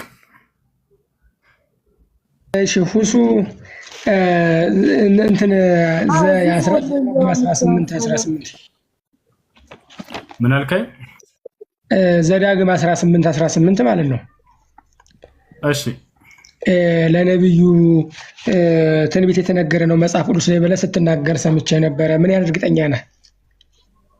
100% ከዛም በላይ እንዴ? አይ ኪዳኑ የተሰጠ ለማን ነው ብዬ ነው እንጂ እኔ ያ የእሳቸው እንዳልሆነ ለማሳየት ሞክራለሁ። ግን አንተ እንዴት አድርገህ ነው ነቢያት እስከ የት እንደሚነሱ አይተሃል ወይ? አንተ እስኪ አስረዳኝ። እስኪ አንተ መረዳት እስኪ እንዴት ነው እሳቸው ያሉ? እስኪ አስረዳኝ አንተ መረዳት። ያ የተሰጠው ለማን ነው? እኔም አንተ ምን የምንስማማበት ያለ ማን ነበር የተሰጠው? ኪዳኑ ለሙሴ ነው አይደለ? ለሙሴ አይደለም ለኢያሱ ነው የተሰጠ። የመጀመሪያው ለሙሴ፣ ሙሴ ግን ለኢያሱ አይደለም። ቃሉ አዳምጥ። የጠየቅኩህ ለማን ነው ሳይሆን የተፈጸመው በማን ላይ ነው አይደለም የጠየቅኩህ። የተነገረው አምላክ ያንን የተናገረው ለማን ነው? ለሙሴ እሱን ያልኩት። ስለዚህ አምላክ ለሙሴ ምንድን ነው ያለው? እንደ አንተ ያለ ነብይ ብሎ ነው የገለጸው አይደለ? እንዴት አድርገህ ነው ያልከው አንተ? አይ እናንተ እንድናወር አዳምጠኝ። ይኸውልህ ለሙሴ ነው በሚለው ተስማማን። እየተስማማን እንድንሄድ ነው። አምላክ ለሄን ያለው እንደ አንተ ያለ ነብይ ያስነሳላችኋለሁ ያለው ሙሴ ነው አይደለ? ሚተናሳ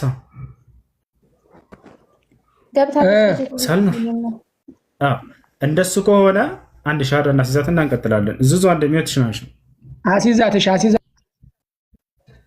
ሰላም አለይኩም። ወአለይኩም ሰላም። ሰላም ናችሁ? እንዴት ናችሁ? አለን አልሐምዱሊላህ። ያው ፎዚያ ጉዳይ አስረድታችኋለች መስሎኛል። ያው እኔ ሁሉን ነግራናለች። አሁን ወደ ሻሃዳ ያዥ። አንቺ በራስሽ መያዝ ከቻልሽ እንዳውም በራስሽ መያዝ ትችላለሽ። አይ አሲዛት አንተና የሚጠበቅባት ነገር ካለ አይሽ አሽሀዱ አን ላ ኢላሀ ኢለላህ በይ። ላ ኢላሀ ኢለላህ አሽሀዱ አን ላ ኢላሀ ኢለላህ አሽሀዱ አን ላ ኢላሀ ኢለላህ ወአሽሀዱ አነ ሙሐመድን ረሱሉላህ አነ ሙሐመድ ረሱሉላህ። አይ ልጆች አንቺ አስበያቸው። እስከ ዛሬ የነበረብኝን ቅጣት ምናምን ነገርኝ። ወላሂ ስተኛ ለሊት ራሱ ያመኛል። አያስተኛኝም ማለት እኔ አላውቅም ነበር የዛን ሰዓት። አሁን ቁርአን እየቀራ 2 ጁዝ አድርጌያለሁ እና ሁልጊዜ ሀዲስ ምናምን ሲያሰማን ኡስታዝ ምን ሲለን አሁን ሲገባኝ እየፈራሁ ነው። ደግሞ አላውቅም በፊት ያለብኝ እንትን ማለት ነው። በእርግጥ ኃጢአተኞች ልንሆን እንችላለን ሁላችንም። ምኝታ አጣሁ በጣም ማለት ነው። ወላሂ የውስጤ እንደዚህ ለመናገር እፈራለሁ፣ ግን ለሰው ማላቅ ወይም ደግሞ የሆነ የማይቀነክነኝ መስል በጣም ያመኛል። የነበርኩበት ነገር ማለት ነው ያስጠላኛል። ሳስበው በቃ ቶሎ ያሁን ሰው የገባው ይመስለኛል። በዛ ፈራሁኝ። ከዛ እህቴን ነገርኩት። ያለፈውን አላህ ሱብሓነሁ ወተዓላ ይቅር ይላል። ሃይ ለማንኛውም ያለፈውን አላህ ይቅር ይላል። ለማንኛውም ከሌላ እምነት ተከታይ ጋር ጓደኛ አድርጋችሁ የያዛችሁ ሰዎች ሰላም የምትኖሩ መስሏችሁ ከሆነ ወላሂ አትችሉም። ሰላም ትልቁ ቅጣት ምንድነው? የውስጥ ሰላምን ትነሳላችሁ። ስለዚህ ራሳችሁ እንትን ነው ኮምፕሊት አሁን ከሱ ጋር ሃይ ሜተር ልጆችሽን ሻሃዳ አስቢያቸው። እሺ ትላልቆች ከሆኑ ህፃናቶች ምንም ገና የማያውቁ ከሆኑ በእስላም ላይ ያሳድጋቸው ችግር የለውም። ትልቅ ናቸው። አንዷ ደግሞ እንደሱ ከሆነ ሻሃዳ ያዙ። እስላም እንደሱ ከሆነ አስይዟቸው እና መድረሳ አስገቢያቸው ቁርአን ትምህርት ቤት። እሺ ኢንሻአላህ ሁሱ ጀዛኩሙላህ ኸይር። እስቲ ከቻልኩ ስልክ ደውዬ ማታ ወይም አንተ ሻሃዳ ታይዝልኛለህ። ችግር የለም። እናንተ ይዟቸው ችግር የለም። እሺ ስላላችሁ ሴት ልጅ ሻሃዳ ማለት እሺ ጀዛከላህ ኸይር። አይ እሺ አንድና ብቸኛ በሆነው በአንዱ በአላህ አምኖ እርሱም በብቸኝነት ሲገዛ ጊዜ ነው። በእርሱ ላይ ቅንጣት ሌላን አካል ሳያጋራ እርሱ በነብያት በኩል የላከውን ትእዛዛት ሲፈጽም ጊዜ ነው። ያ ነው። ሌላኛው ህፃናት ልጆች ለአቅመ አዳም ለአቅመ ሔዋን ሳይደርሱ የሞቱ ልጆች እጣ ፈንታቸው በቀጣዩ ዓለም ምንድን ነው ይላል እስልምና የሚለው ነው። ነቢያችን ሰለላሁ ዐለይሂ ወሰለም ሐዲስ ላይ ሲናገሩ አጥፋሉል ሙስሊሚነ ፊል ጀና አሉ። ሙስሊም ህፃናት ልጆች የገነት ናቸው ብሎ ተናገሩ። አያ ሶሐቦች ጠየቋቸው። የነብዩ ሰለላሁ ዐለይሂ ወሰለም ሶሐቦች ወአጥፋሉል ሙሽሪኪን ያ ረሱላህ አሏቸው። የከሃዲያን ህፃናት ልጆችስ የት ነው ማረፊያቸው አንተ የአላህ መልእክተኛ ተብለው ሲጠየቁ ወአጥፋሉል ሙሽሪኪን አሉ ነብዩ ሰለላሁ ዐለይሂ ወሰለም የከሃዲያን ህፃናት ልጆችም ብለው ተናገሩ። ስለዚህ ቡኻሪ ላይ በተቀመጠው መሰረት ይሄ ሐዲስ ይገኛል። የከሃዲያን ህፃናት አማኝ ህፃናት ልጆች የገነት ናቸው ሲሉ የከሃዲያኖች ሲሏቸው የከሃዲያኖችም አሉ። ያ ነው አምላክ አላህ ለአቅመ አዳም ለአቅመ ሔዋን ያልደረሰው ህፃናቶችን እንደ ኃጢአተኛ ይቆጥራቸው። ኃጢአት ማለት ምን ማለት ነው የሚለውን መጀመሪያ ስናውቅ ጊዜ እንረዳለን። ኃጢአት ማለት አምላክ የከለከለውን ድንጋጌ መተላለፍ ማለት ነው። ያንን ደግሞ ለአቅመ አዳም ለአቅመ ሔዋን መድረስ አለበት አንድ ሰው ይሄንን ሊያውቅ ዘንድ ገብቷቸዋል። ህፃናት ልጆች ይሄን ያውቃሉ ወይ? አያውቁም። አያችሁ። ስለዚህ እንደ ኃጢአተኛ አይቆጠሩም እነዚህ ልጆች። በወላጆቻቸው እስክ እንዳንል አምላክ አላህ በወላጅ የሚይዝ አምላክ አይደለም። ወላ ተዚሩ ዋዚረቱን ወዝራ ኡኽራ ይላል። ማንም ኃጢአትን ተሸካሚ ነፍስ የሌላን ኃጢአት አትሸከምም እያለ ይናገራል። ገብቷቸዋል። ኢን አሕሰንቱም አሕሰንቱም ሊአንፉሲኩም ወኢን አሰእቱም ፈለሃ። ወዐለይኩም ሰላም። መልካምን ብትሰሩ ያ መልካም ስራ ለራሳችሁ ነው፣ ኃጢአትንም ብትሰሩ በራሳችሁ ላይ ነው እያለ ይናገራል። ገብቷል። እና መልካምን ቢሰራ አንድ ሰው ለራሱ ነው፣ ኃጢአትን ቢሰራም በራሱ ላይ ነው። ልጆች ስለ አባታቸው ኃጢአት በፍጹም ተጠያቂ አይደሉም። በዚያ አያያቸውም አምላክ አላህም እንደ ሁሉንም እንደየራሱ ስራ ነው የሚያው። እንደ አጠቃላይ የከሃዲያን ህፃናት ልጆችም ምንም ኃጢአትን ስላልሰሩ እነርሱ የሚቀጡ አይደሉም። አይ እሺ ሌላ ጥያቄ ያለ? እሺ ሌላ ጥያቄ በእስልምና ኃጢአት የሚሰረይ እንዴት ነው? በምን መንገድ ነው? ለምሳሌ በክርስትና ያው ንስሐ ገብቶ ምናምን ነው። ያው በእስልምና ደግሞ እንዴት ነው ነው አንደኛው ጥያቄ። ሁለተኛው ጥያቄ አንተ ብትሞት አሁን ገነት ነው ወይ የምትገባ? እርግጠኛ ነው ወይ ገነት መግባት ነው? ሶስተኛው ጥያቄ ደግሞ ምንድነው?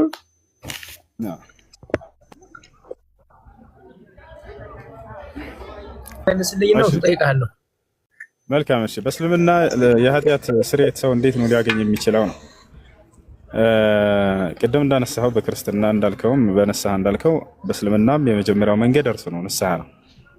አንድ ሰው ከሰራው ኃጢአት ወደ አምላክ ወደ አላህ ንስሐ ካደረገ ኃጢአቱን ካመነ ይቅርታ ከጠየቀ አላህ ሊቅር ሊለው ቃል ገብቷል። ለዚህ ማስረጃ በሱራ ጣሃ ላይ ሲናገር ምን ይላል? ወኢኒ ለገፋሩ ሊመን ታበ ወአመነ ወዐሚለ ሷሊሐን ثم اهتدى ይላል። ወደ እኔ ንስሐ ላደረገ ባሪያዬ እኔ እምርለታለሁ ብሎ ቃል በቃል ይናገራል። በሱረት አልማኢዳ ላይ ሲናገር ምን ይላል? ፈመን ታበ ሚን በዕድ ዙልሚሂ ወአስለሐ ፈኢነ አላህ የቱቡ ዐለይህ ኢነላህ ገፉር ረሒም ይላል። በኃጢአት ነፍሱን ከበደለ በኋላ ራሱን መልሶ እንደገና ያስተካከለ ወደ እኔ ንስሐ ያደረገ እኔ ንስሐውን እቀበለዋለሁኝ እኔ መሐሪና አዛኝ ሆንኩኝ አምላክ ነኝና ይላል። ምንም አይነት ኃጢአታችሁን ቢበዛ ራሱ እኔ እምርላችኋለሁ እያለ ሌላ ቦታ ላይ ተስፋ እንዳንቆርጥ ትልቅ ተስፋ ይሰጠናል። ቁል ያ ዒባዲየ አለዚነ አስረፉ ዐላ አንፉሲሂም ላ ተቅነጡ ሚን ረሕመቲላህ፣ ከእኔ ከአላህ እዝነት ተስፋ እንዳትቆርጡ እናንተ በነፍሳችሁ ላይ ኃጢአትን በመስራት በነፍሳችሁ ላይ ወሰን ያለፋችሁ ባሪያዎች ሆይ ይላል። አንዳንድ ሰው ኃጢአቱ በዝቶበት ይህን ሁላ ኃጢአት እንዴት ይምረኛል አምላክ ብሎ ተስፋ እንዳይቆርጥ አላህ እንዲህ አይነት አናቅጾችን አውርዶልናል። ታላላም ማየት ያለብን የኃጢአትን መብዛት ሳይሆን የምናመልከው አምላክ ኃጢአቶች ሁሉ ቢበዛብን የማያርቀን የእሱ እንትን የማይለን ነው የሚያቀርበን ነው። እንደው ይቅርታ ጠይቁኝ ምህረትን ተማጸኑኝ እምርላቸዋለሁ የሚል አምላክ ነው። በአጠቃላይ አንደኛ በንስሐ ነው። ሁለተኛ ከንስሐ ባሻገር ኃጢአት የሚማርበት ነገር ምንድን ነው ከተባለ ለሌሎች መልካም በመዋል በምንም አይነት መንገድ ሊሆን ይችላል። አላህ ስብሐነሁ ወተዓላ በቁርአን ላይ አንድ ነገር ያነሳልና የነብዩ ሰለላሁ ዐለይሂ ወሰለም ሱሐባ የሆነ አቡበክር ሲዲቅ ረዲየላሁ ዐንሁ ለሆኑ ድሃዎች ገንዘብን ወጪ ያደርግ ነበር፣ መጽዋዕት ያደርግ ነበር። ያንን በመስጠቱ ምክንያት የሆነ ጊዜ ላይ ይጋጭና ያ መልካም የሚያደርገው ሰው ከሚሰጠው ድሃ ጋር ይጋጭና ያቋርጠዋል። አታቋርጡ ምርላችሁ አትፈልጉም ምን ይላል? እናንተ ባደረጋችሁ ቁጥር መጽዋዕት እኔ ምርላችኋለሁና እያለ ይናገራል። ለሌሎችን ጽድቅ ስታደርጉ ምህረትን ታገኛላችሁ ማለት ነው። ሰላም ነው እና ስለዚህ ለሌሎች መልካም ባደረግን ቁጥር የአምላክን እዝነትና ምህረት እንድናገኝ እንሆናለን ማለት ነው። ነብዩ ሰለላሁ ዐለይሂ ወሰለም ሐዲስ ላይ ሲናገሩ ምን አሉ? الراحمون يرحمهم الرحمن يرحمهم من في الارض يرحمكم من في السماء። አዛኞችን አዛኝ ሆኖ አምላክ አላህ ያዝንላቸዋል። ሰዎች ሆይ በምድር ላሉት እዘኑ በሰማይ ያለ ያዝንላችሁ ዘንድ አሉ። يغفر لكم አሉ ለሌሎች ይቅርታ አድርጉ ለእናንተም አምላካችሁ አላህ ለኃጢአታቸው ይቅርታ ያደርግላችኋልና ነው። ስለዚህ የኃጢአት ስርየት የሚገኝበት መንገድ በእስልምና አንደኛ ንስሐ በማድረግ ሁለተኛ ለሌሎች መልካምን በመስራት ሌላኛው መስዋዕት ማቅረብ። ሰው ማንኛውንም በግ ሊሆን ይችላል፣ ፍየል ሊሆን ይችላል፣ ማንኛውንም ነገር እርድ አድርጎ ምጽዋት ሲያደርግ ጊዜ ድሃዎችን ሲያበላ ጊዜ በዚያ የኃጢአቱን ስርየት ያገኛል። ገብቷል። በርካታ የኃጢአት ስርየት የምናገኝባቸው መንገዶችን ኢስላም አስቀምጧል። ትልቁና ዋናው ግን ንስሐ ማድረግ የሚለው ነው። ሰው ኃጢአቱን አምኖ ይቅርታ ሲጠይቅ ወደ ጌታ ወደ አላህ ሱብሓነሁ ወተዓላ የኃጢአትን ስርየት ያገኛል። ለናሙና ያክል በዚህ መንገድ ለኃጢአታቸው ስርየት ያገኛሉ ወይ ከተባለ አዳምን እንውሰድ። የመጀመሪያው ሰው ኃጢአት አድርጓል አይደለ? ያችን የዛፍ ፍሬ በልቷል። ሔዋንም ልክ እንዲሁ። እንዴት ተማሩ ከዚያ ከኃጢአት ከተባለ በንስሐ ነው። ፈተለቃ አደሙ ሚን ረቢሂ ከሊማቲን ፈታበ ዐለይሂ ኢነሁ ሁወ ተዋቡ ረሒም ይላል። ኃጢአቱን ከሰሩ በኋላ አዳምና ሔዋን አምላካችን አላህ የንስሐን ቃል አሳወቃቸው። አደምም እና ሐዋን የንስሐን ቃል ከእኔ ከአምላካቸው ተቀበሉ ይላል። ያኔ ያሳወቃቸው ያንን እውቀት ፈታበ ዐለይሂ ኢነሁ ሁወ ተዋቡ ረሒም አላህም ወደ እርሱ ተመለሰለት ወይም ንስሐውን ተቀበለው። እርሱ ንስሐን የሚቀበልና አዛኝ የሆነ አምላክ ነውና እያለ ይናገራል። እንዴት ብለው ነው ንስሐ ያደረጉት የሚለውን ቃል ሁሉ በቁርአን ላይ አስቀምጦልናል። ሱረቱል አዕራፍ ላይ ሲናገር ምን እንዳሉ እነዚህ ሰዎች ንስሐ ባደረጉ ጊዜ አዳምና ሔዋን ቃለ ረበና ዘለምና አንፉሰና ወኢን ለም ተግፊር ለና ወተርሐምና ለነኩነነ ሚነል ኻሲሪን ይላል። አሉም አለ ማንና ማን? አዳምና ሔዋን ጌታችን አላህ ሆይ ነፍሳችንን በኃጢአት በድለናል፣ እዘንልን፣ ማርልን። የማታዝንልንና የማትምረን ከሆነ ግን ከከሰሩት ሰዎች እንሆናለን አሏል። ታዲያ አላህ ንስሐቸውን ተቀበልኳቸው ብሏል ወይ? አዎ ብሏል። በሱራ ጣሃ ላይ መጨረሻው ገጽ አካባቢ ሲናገር ይላል ثم اجتباه ربه فتاب عليه وهدى። ከዚያም እኔ ጌታው አላህ አዳምን መረጥኩት፣ ንስሐውንም ተቀበልኩት፣ ቅኑንም መንገድ መራሁት እያለ ይናገራል። ስለዚህ ንስሐ በማድረግ የኃጢአት ስርየት ይገኛል። ምጽዋትን በማድረግ ለሌሎች የኃጢአት ስርየት ይገኛል። ለሌሎች እንዳጠቃላይ ጽድቅን በማድረግ የኃጢአት ስርየት ይገኛል። ይሄ ነው። እሺ ሌላኛው ጥያቄ ምን ነበር? አንተ ገነት መግባትህን እርግጠኛ ሆይ ያልከው? አሁን ብትሞት የት ነው የምትገባ? እርግጠኛ ነው የገነት ለመግባት? እኔ አሁን ብሞት ወዴት ነው የምገባው? ገነት ለመግባት እርግጠኛ ነህ ወይ? አዎ በደንብ እርግጠኛ ነኝ። ለምን ከተባለ ሙስሊም ነህ። አምላክ አላህ ሙስሊሞች የገነት ናቸው ብሎ በእርግጠኝነት አስቀምጦታል። ገብቶሃል አይደል? በቁርአን ላይ ሲናገር ይሄ ምን ይላል? አላህ ሱብሓነሁ ወተዓላ የቁል ፊ ኪታቢሂል ዐዚዝ አለዚነ አመኑ ቢአያቲና ወካኑ ሙስሊሚን ኡድኹሉል ጀና ይላል። እነዚያ በአናቅጾች ያመኑና ሙስሊም ሆኑትን ገነትን እንደምን ነው አለ። ስለዚህ ገነት እንደሚገቡ ቃል በቃል ተናግሯል። እንዳውም ነቢያችን ሰለላሁ ዐለይሂ ወሰለም ለሰሃቦቻቸው ምን አሏቸው? ቃለ ነቢዩ ሰለላሁ ዐለይሂ ወሰለም የብነ አልኸጣብ ቁም ወናዲ ፊ ናስ እነ ልጀነተ ላ የድኹሉሃ ኢላ ነፍሱ ሙስሊማ። ነቢያችን ሰለላሁ ዐለይሂ ወሰለም ለትልቁ ምትካቸው ለሆነው ሁለተኛ ምትካቸው ከአቡበክር ሲዲቅ በመቀጠል ዑመር ብን አልኸጣብ ለሚባለው ዑመር ሆይ አሉት፣ አንተ የኸጣብ ልጅ ሆይ ሂድና በሰዎች መካከል ቁምና ይሄን አዋጅ አውጅ፣ ገነትን ሙስሊም ነፍስ እንጂ ሌላ ማንም አይገባባትም ብለህም ንገራቸው አሉ። አያችሁ ሙስሊሞች የገነት መሆናቸውን ቃል በቃል አምላክ አላህ ሱብሓነሁ ወተዓላ አጽድቋል። ስለዚህ ሙስሊሞች ቢሞቱ ወዴት እንደሚሄዱ ያውቃሉ ወይ? አዎ በደንብ ያውቃሉ። ወደ ገነት እንደሚሄዱ እርግጠኛ ናቸው በዚህ ነገር ላይ። ይሄን አላህም በቁርአን ላይ ነብዩ ሰለላሁ ዐለይሂ ወሰለም ሐዲስ ላይ ተናግረዋል።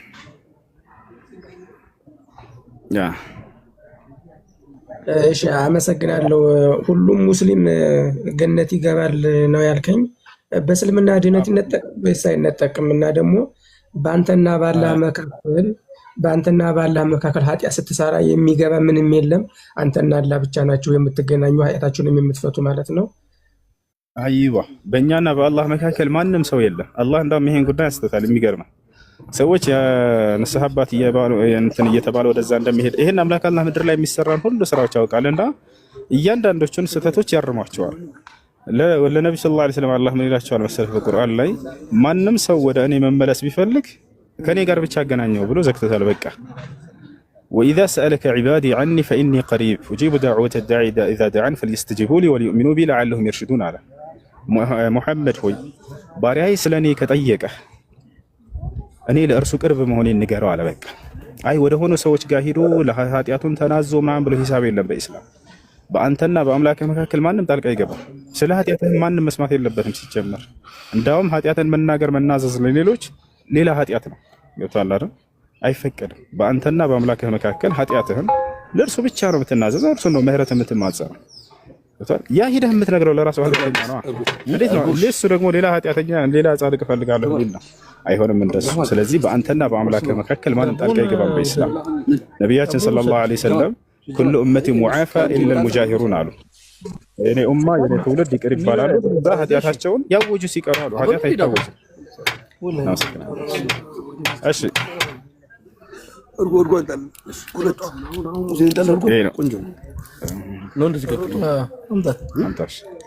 እሺ ሌላ ጥያቄ አለ ያልተመለሰ?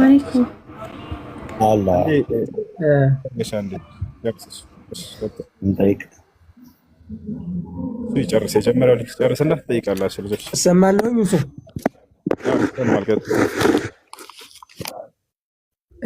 በእስልምና ድነት ይነጠቃሉ ወይ ነው አንዱ ጠይቅ። ድነት ይነጠቃሉ ወይስ አይነጠቅም? እስልምና ሁለተኛው ደግሞ ሁሉም ሙስሊም አሁን ሙስሊሞች የተፈጠሩት ገነት ነው ብለኛል እና ሁሉም ሙስሊም ገነትን ይወስዳል ወይ? እና ደግሞ ነብዩ ሰለላሁ ዐለይሂ ወሰለም በእያንዳንዱ በሙስሊሞች ውስጥ የልብ ምት ናቸው እና የእሳቸው ቦታ በእስልምና ምንድን ነው ያላቸው ቦታ? አሁን ማንኛውም ሙስሊም ለእሳቸው በጣም ትልቅ ክብር ያለው በጣም ሴንሲቲቭ ልብ ነው ያለው ከራሱ በላይ ነው አሳልፎ የሚሰጥ ሰው አላችኋለሁ ነው የሚል አብዛው በእስልምናው ደረጃ ምንድን ነው የእሳቸው እናትና አባት ሳማይ ነበሩ ወይ? የት ነው ያሉ? ጥያቄ ነው። በእስልምና ድህነት ይነጠቃል ወይ የሚል ነው። ሰምተኛል? ሰምቻለሁ። አይሰማም? ይሰማል ማለት ድምጼ? አንደኛው እሱ ነው። አይሰማ አንደኛው እሱ ነው። እሺ እሱ ልመልስልህ። በእስልምና ድህነት ይነጠቃል ወይ የሚል ነው። አንድ ሰው ሙስሊም ከሆነ ድህነቱ አልተነጠቀም። ነገር ግን ያ ሰው በህይወት ዘመኑ እስካለ ድረስ አላህን ከካደ የዛኔ ሙስሊም ከሚለው ማንነት ወጣ ማለት እኮ። የዛኔ ከሃዲ ይድናል ወይ ከተባለ ላ ከሃዲ አይድንም። አላህ ሱብሓነሁ ወተዓላ የካደ ሰው በፍጹም አይድንም። በእስልምናው ላይ ግን እስከ ጸና ድረስ ይሄ ሰው የሚድን ነው ወይ? አዎ የሚድን ነው። ቃል በቃል በቁርአን ላይ ሙስሊሞች የተደናላቸው ብሎ ቃል በቃል ተናግረዋል። ቀድ አፍለሐል ሙእሚኑን አማኞች በእርግጥም ድነዋል ብሎ አረጋግጦታል። በቃ ነገር ግን ይሄ ሰው በእምነቱ ላይ ክህደትን ከሰራ ኃጢአትን ካደረገ መልሶ እንደገና ንስሐ ካደረገ ወደ አምላኩ ከተመለሰ የዛኔ አላህ ሱብሓነሁ ወተዓላ ይቅር ይለዋል፣ ንስሐውን ይቀበላል። ነገር ግን በዚያው ላይ ከጸና ይሄ ሰውዬ ክህደትን ክዶ አምላክን አልቀበልም ብሎ በዛው ላይ ቢሞት ይሄ ሰውዬ አማኝ አይደለም፣ ከሙስሊምነት ወጥቷል። ስለዚህ ክዷል። ከሃዲ ደግሞ ወደ ገሃነም ነው የሚገባው። አላህ ሱብሓነሁ ወተዓላ ኡዒደት ሊልካፊሪን ይላል ስለ ገሃነም ሲናገር፣ ገሃነም ለከሃዲያኖች ተዘጋጅታለች እያለ ይናገራል። ይሄ ነው። እሺ ሌላኛው ለነብዩ መሐመድ ሰለላሁ ዐለይሂ ወሰለም ያለን ቦታ ምንድነው የሚል ነው። እኛ እርሳቸውን ልክ እንደ ማንኛውም ሰው ናቸው ብለን እናምናለን። ከሰው የሚለዩት የአምላክ መለኮታዊ ራእይ ስለሚመጣላቸው ብቻ ነው። አላህም በቁርአን ላይ ሲናገር ቁል ኢነማ አነ በሸሩ ሚስልኩም ዩሃ ኢለየ አነማ ኢላሁኩም ኢላሁ ዋሂድ ይላል። ሙሐመድ ሆይ እኔ ልክ እንደማናችሁም ሰው ነኝ በላቸው። ከእናንተ የምለየው ወደ እኔ መለኮታዊ ራእይ ይገለጥልኛል፣ በዚህ ብቻ ነው። እና ነቢያችን ሰለላሁ ዐለይሂ ወሰለም በዚህ ነው የተለየ የአምልኮ ስርዓት ለአምላክ የሚገባውን በፍጹም እንሰራላቸው ነገር የለም። እርሳቸውም ይህን ነገር እንዳታደርጉ ለእኔ ምንም አይነት ወሰን እንዳታልፉ በእኔ ላይ ብለው ተናግረዋል። ምናልባት አይተህ ከሆነ አንዳንድ ሰዎች መንዙማ ነሽዳ እያሉ ስለ እርሳቸው 24 ሰዓት ሲያወሩ በዚህ በመንዙማቸው ላይ ሲሰሩ ልታያቸው ትችላለህ። ይህን ነገር እርሳቸው አላዘዙም፣ አላስተማሩም። በእርሳቸው ላይ ወሰን ያለፈ ውዳሴንም አስጠንቅቀዋል። እንዳውም የሚገርመህ በመሲሁ ላይ የተሰራ ስህተት በእኔ ላይ እንዳይሰራ ከልኬ በላይ ከፍ ከፍ እንዳታደርጉኝ ወደ መለኮት ብለው ተናግረዋል። ቃለ ነቢዩ ሰለላሁ ዐለይሂ ወሰለም ሐዲስ ላይ ሲናገሩ ነቢያችን ሰለላሁ ዐለይሂ ወሰለም ምን አሉ መሰለህ? ላ ተጥሩኒ ከማ አጠረት ነሳራ ኢብነ መርየም ኢነማ አነ ዐብዱን ፈቁሉ ዐብዱላሂ ወረሱሉሁ። አደራ ክርስቲያኖች የማርያምን ልጅ መሲሁን ከልኩ በላይ ከፍ ከፍ አድርገው ወደ መለኮት እንዳስተካከሉት ከአምላክ ጋር እኔንም ከልኬ በላይ እንደርሱ ከፍ ከፍ አድርጋችሁ ወደ መለኮት እንዳታስተካክሉኝ ተጠንቀቁ ብለው ተናግረዋል። እኛ የአላህ መልእክተኛና አገልጋዮቹ ብቻ ነን አሉ። አየህ። ስለዚህ ነቢያችን ሰለላሁ ዐለይሂ ወሰለም በእርሳቸው ላይ ምንም አይነት ከልክ በላይ ከፍ ከፍ ያለን ወደ መለኮት ያነሳን ውዳሴ እንዳናወድሳቸው አስጠንቅቀዋል። እና ለእርሳቸው ያለን ውዴታ እንደ አንድ መልእክተኛና እንደ ነብይ ናቸው። ለእኛ ዘመን የተላኩ ነብይ ናቸው። እስከ ዘመን ፍጻሜ ድረስ ለሚመጣው አምላክ በእርሳቸው በኩል ያዘዘን ትእዛዝ ተቀብለን የምንሰራ ነን። እርሳቸውን የተለየ የአምልኮ ስርዓት የምንሰራላቸው አይደሉም። በፍጹም አምልኮ ሁሉ ለአንድ አምላክ ለአላህ ብቻ ነው የሚገባው። ወአነ አልመሳጅደ ሊላሂ ፈላ ተድዑ መዐ አላሂ አሐዳ ይላል። ከእኔ ከአላህ ጋር ሌላን ማንንም እንዳትጣሩ ማ ላ የንፈዑከ ወላ የዱሩከ ፈኢን ፈዐልተ ፈኢነከ ኢዘን ሚነ ዛሊሚን ይላል። ከእኔ ከአላህ ውጭ ሊጠቅምህ ሊጎዳን የማይችልም ነገር ምንም አይነት ነገር እንዳትጣራ፣ ይሄን ብትጠራ ነፍሳቸውን ይሄን ብታደርግ ነፍሳቸውን ከበደሉ ሰዎች ትሆናለህ ይላል። እና ስለዚህ አምልኮ ሁሉ ለአንድ አምላክ ለአላህ ብቻ ነው የሚገባው። ከእርሱ ውጭ ለሌላ ለነብዩ ሰለላሁ ዐለይሂ ወሰለም ሆነ ለማንም ነብይ አናደርግም። እርሳቸው እንደማንኛውም ነብይ አንድ ነብይ ናቸው። ከሰዎች መካከል አንድ ሰው ናቸው። የአምላክን ትእዛዝ ተቀብለው ያስተማሩ ናቸው። አምላክ በእርሳቸው በኩል ያዘዘን ትእዛዝ ተከትለን የምንፈጽም ያንን የመሩን መልእክተኛ እንጂ ሌላ አይደለም። እሺ ሌላ ጥያቄ አለ?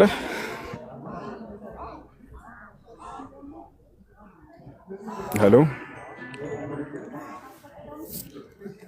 ይሰማል ልጆች ወይስ ተቋርጧል? አለ እንጠይቅ። ጠይቅሽ ጠይቅ። ልጁም እሺ ያው የእናንተን ሃይማኖት ባከበረ መልኩ ልጠይቅ። ያው ነብዩ መሐመድ ልበል ለእናንተ፣ እኔ አማኝ አይደለሁም በእስልምና። ስለዚህ ነብዩ መሐመድ አሁን በመቃብር ነው ያሉ ወይስ ደግሞ ጀነት ነው ያሉ ብላችሁ ነው የምታስቡት ወይስ የፍርድ ቦታ ነው? ምንድነው በእስልምና? በጣም ጥሩ ጥያቄ። ነብዩ መሐመድ ሰለላሁ ዐለይሂ ወሰለም በአሁኑ ሰዓት የት ይገኛሉ የሚል ሰው የሁለት ነገራቶች ውቅር ነው። ይህንን ሁላችንም እናውቃለን። ሙስሊሞችም ክርስቲያኖችም ታውቃለን። አንድ ስጋ አለ፣ ሁለት ነፍስ አለች። በስጋ ደረጃ ነብዩ መሐመድ ሰለላሁ ዐለይሂ ወሰለም የት ናቸው ለሚለው ጥያቄ ምንም ጥርጥር የለውም፣ ከምድር በታች ናቸው። ገብታችኋል? በስጋ ደረጃ የት ናቸው? ነብዩ ሰለላሁ ዐለይሂ ወሰለም በምድር ውስጥ ናቸው። ስለ ስጋቸውን ጨርስና ስለ ነፍሳቸው እንሄዳለን። ነፍሳቸው በገነት ነው ያለችው። በነገራችን እሺ፣ ማንኛውም ሙስሊም ሲሞት ጊዜ ነፍሱ በገነት ነች። ለዚህ ማስረጃ ልስጥህ። ሐዲስ ላይ ነብዩ ሰለላሁ ዐለይሂ ወሰለም ሲናገሩ ምን አሉ? አርዋሑል ሙእሚኒነ ፊል ጀና አሉ። የምእመናን ነፍስ በገነት ትኖራለች ብለው ተናገሩ። ስጋቸው ግን ሰዎች የት ነው ከተባለ ከምድር በታች ይገኛል። ነቢያችን ሰለላሁ ዐለይሂ ወሰለም ታዲያ ስለ ነብያት ስጋ ሲናገሩ ጊዜ የማይበሰብስ ስጋ እንደሆነ ይናገራሉ። የነብያቶችን ሰውነት አምላክ አክብሮታል። ምድር እንድታበሰብሰው እንድትበላው አላደረገም። ለዚህ ማስረጃ ልስጥህ። ቃለ ነቢዩ ሰለላሁ ዐለይሂ ወሰለም ኢነላህ ሐረመ ዐለል አርዲ አን ተእኩለ አጅሳደል አንቢያ፣ አላህ በምድር ላይ እርም አድርጎባታል የነብያትን ሰውነት እንዳትበላ ብለው ተናገሩ። ይህ ነው። ታዲያ ለዚህ ማረጋገጫ እንፈልጋለን ሲሉ ይሰማል ብዙ ጊዜ ይህንን ሐዲስ የሰሙ ሰዎች። አዎ ማረጋገጫ መስጠት እንችላለን። ሁላ ማስረጃ ማን ከተባለ ከነቢያቶች አንድ ነቢይ የሞተ ነቢይ ነበር። በጣም የምንወደው የምናከብረው ዳንኤል የተባለ ነቢይ አለ። አላህ ስብሐነሁ ወተዓላ በእስራኤል ምድር ላይ ያስነሳው ታላቅ ነቢይ ነበር። ይህ ዳንኤል አስክሬኑ ሳይቀበር እስከ ነቢዩ ሰለላሁ ዐለይሂ ወሰለም ዘመን እንዳውም ከዚያ በኋላ እስከ ዑመር ብን አልኸጣብ አስተዳደር ድረስ የቆየ አስክሬን ነበረ። ሰሃቦች ይሄንን በአካል አግኝተው እንደቀበሩትና ከምድር በታች እንደገና እንዳስገቡት ተገልጿል። ማስረጃዎችን ላሳያችሁ እችላለሁ። ሸይኹል ኢስላም ኢብኑ ተይሚያ ረሂመሁላህ ተዓላ አልቢዳያ ወኒሃያ ከዛሊክ ለኢማም ኢብኑ ከሲር ረሂመሁላህ ተዓላ በእነዚህ የመጽሐፍቶች ላይ ታገኛላችሁ ታሪኩን ማለት ነው። እንዳጠቃላይ የነቢያችን ሰለላሁ ዐለይሂ ወሰለም አስክሬን ከምድር በታች ይገኛል። እንደማንኛውም ሰው የሚበሰብስ ሳይሆን ልክ እንደማናችንም አካል ሆኖ ያለ አካል ነው ማለት ነው። ነፍሳቸውን በተመለከተ በጀነት ነች። ቅድም ለመናገር እንደሞከርኩት ይሄን ይመስላል። ዋናው ፖይንት ምንድነው? እኔ የጠየኩበት ምክንያት ፖይንት ስላለኝ ነውና እንግዲህ ሰው ሞተ የሚባል ነፍሱ ከስጋው ሲለይ ነው። ስጋው አይበሰብስም፣ የነቢያት ስጋ አይበሰብስም ላልከው አልሄድበትም። እኔ ብዙም አልፈለኩትም። ለምን ቀደምት ነቢያት እንደዚህ አይነት ትምህርት ስላላስተማሩ ዝም ብዬ ነው የማልፈው። ይሄን ግን ምንድነው አሁን ነፍሳቸው ከስጋቸው ጋር ተለያይታ ከሆነ ለምንድነው እናንተ መስገድ ማለት ጸሎት የምታረጉላቸው? ሰላት ይወረድ ምናምን ትላላችሁ። ለሞተ ሰው ሰላት ይወረዳል? የለም እኮ በህይወት የለም።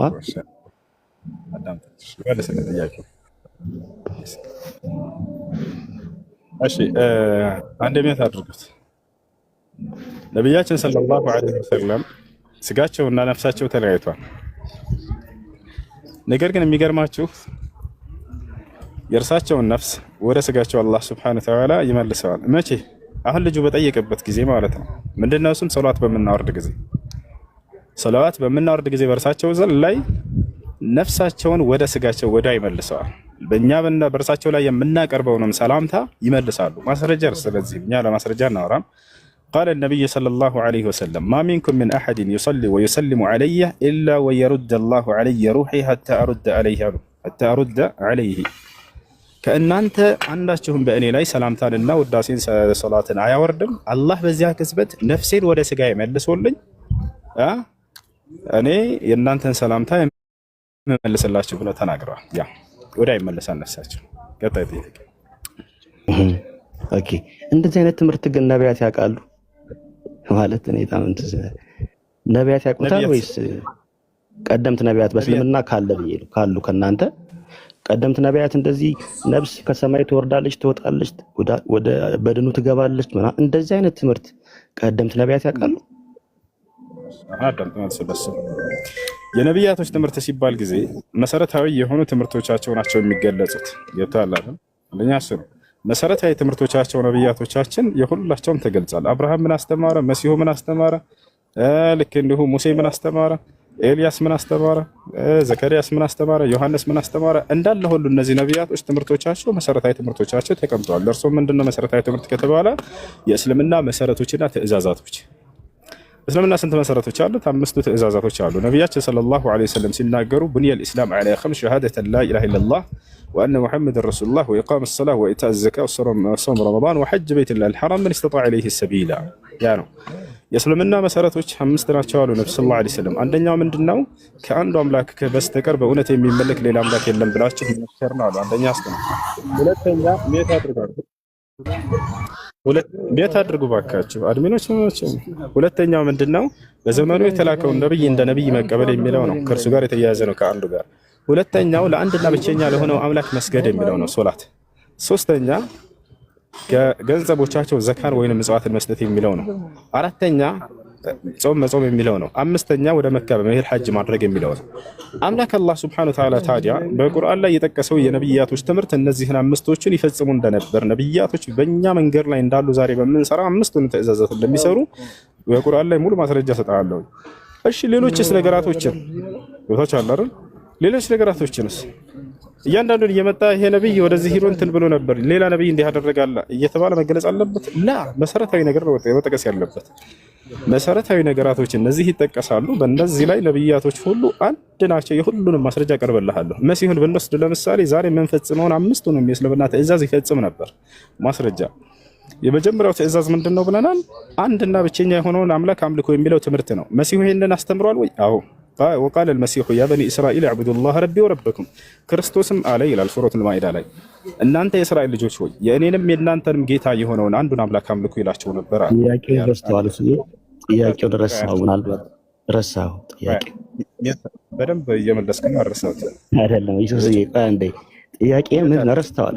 ምን ነበር ጥያቄ? አንዴ መጣው ወላሂ ረሳሁት።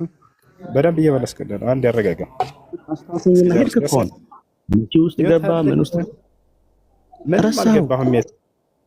አትረብሽ። ልክ እንደ ቀደሙ ልጅ ታዳምጥ አይሻልም? ወላሂ እንዳው ያላሰብከው ነው እየመለስኩልህ ያለው። ምን ታደርገው? የነብያቶች ትምህርት መጠቀስ ያለበት ምንድነው ከተባለ መሰረታዊ ትምህርቶቻቸውን ገብታቸዋል።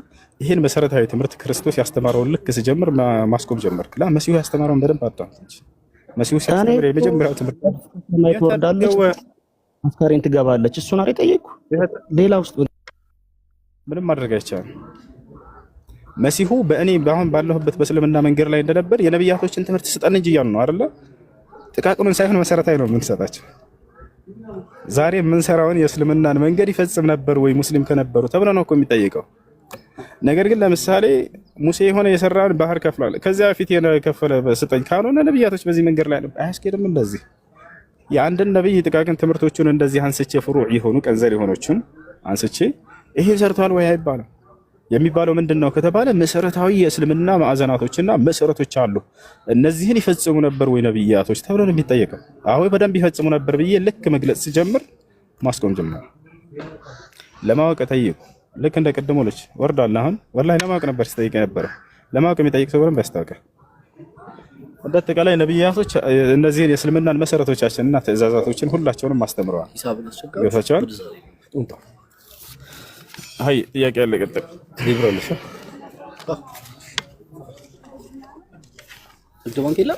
ጥያቄ ያለ ቀጥል። ሰላም አለይኩም ኡስታዝ። ወአለይኩም ሰላም ወራህመቱላሂ ወበረካቱ። የኔ ጥያቄ ማለቴ አሁን ቁርአን ለመቅራት ቁርአኑን ራሱን የላስኩት ጭንቅላቴ ቁርአን እየቀረው ቢሆን ጠሃራ ከሌለ አይቻልም? በህዝብ ከሆነ ችግር የለም። ነገር ግን ጀናባ ከሆነ በህዝብ ቢሆን አይቻልም። ከጀናባ ውጭ በሌላ ጠሃራ ባለመሆን ላይ በትሆንም በህዝብ ብትቀራ ችግር የለም። አይ ሁለተኛ ጥያቄ ደግሞ በረመዳን ውስጥ ለይለቱል ቀድር ሲባል ይወርዳል ሲባል እንዴት ነው? ቀጥታ ይወርዳል ወይስ በእንትን ብቻ ነው? ለይለቱል ቀድር የሆነ ተገልጦ የሚታይ ነገር አይደለም። በዛች ሌሊት ላይ የአምልኮ ስርዓትን በማብዛት ከአላህ ዘንድ የምታገኙት ምህረትና ጸጋ ነው። ኦኬ ቀጥታ የሚገለጥ ነገር ምናምን የለውም ማለት ነው? የለም። ያው ምልክት ተብሎ የተገለጹ ነገራቶች አሉ። ለይለቱል ቀድር ያ ሌሊት የለይለቱል ቀድር ሌሊት መሆኑን የሚያመላክቱ ምልክቶች እንዳሉ ተገልጿል። በዛ ሌሊቷ በጣም ቀዝቀዝ ያለች ነው። በሐመለከ ጠዋት ስትወጣ በጣም ታንዘርምርካቸው ነው ምናምን አይነት ምልክቶች ተገልጸዋል እንጂ የሆነ ህፃን እያለን ለምሳሌ ለይለቱል ቀድር ሲባል የሆነ ከሰማይ ቦክ ብሎ የሚገለጥ ብርሃን ነገር ምናምን የሚመስል እነሱ ስህተት ነው። ይሄን ሲያስቡት የነበሩት እነዚህ ነው ምናምን ህፃን እያሉ ነው።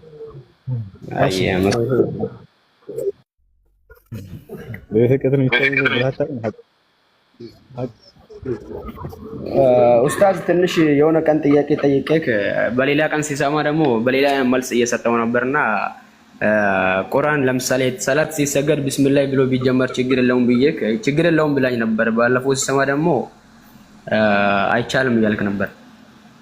እንደሱ አይደለም ያልኩት። አዳምጠው በደንብ አድርገው። እሺ መልስ ታዳምጠው በደንብ አዳምጠው። ሶላት ሲሰገድ ጊዜ ሶላት አልጀህሪያ ድምጽ ከፍ ተደርጎ የሚሰገድባቸው ሶላቶች ላይ ቢስሚላህ ማለት ይቻላል አይቻልም በሚለው ጉዳይ በዑለሞች መካከል ሁለት ሐሳብ አለ።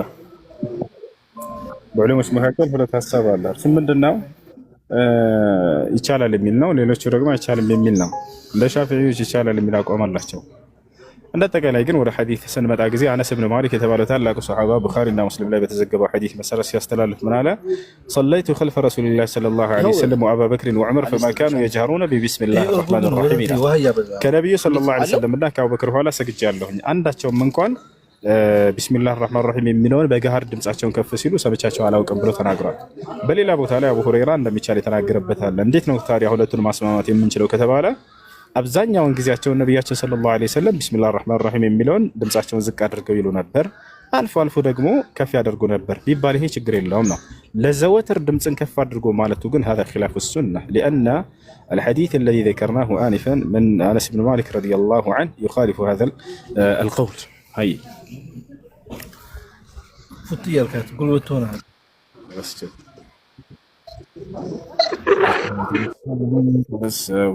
ረሳሁት ደግሞ እንጠጣለን። ይሄንን እርጎ ትንሽ በርበሬ ያለው በጣም ያቃጥላል። እስኪ እንቅመሰው ይሄንን እርጎ በጣም ይጣፍጥ።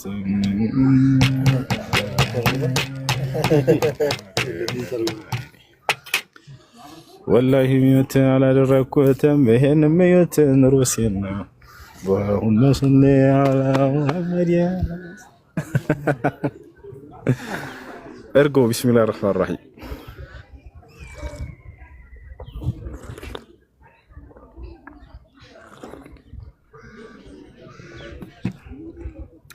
ሚስት እፈልጋለሁ ይላል ኮሜንት ላይ። ቀበሌ ጠይቀው ለማችን ሙሴ አንተ ግን የሆነ ትከፍተህ ማጋባት ስራ መስራት አለብህ። አጅራ ታገኝ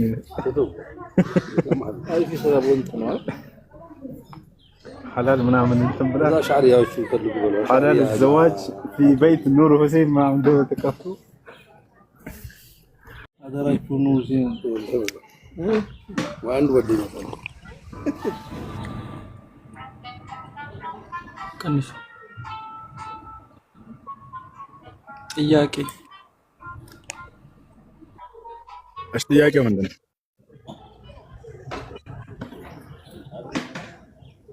ይሰማል ይሰማል።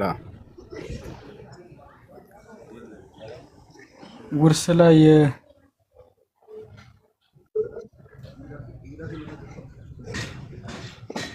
በውርስ ዙሪያ ነው። እሺ አያቴ ከኔ ትወርሳለች ይወርሳሉ ወንድ አያቴ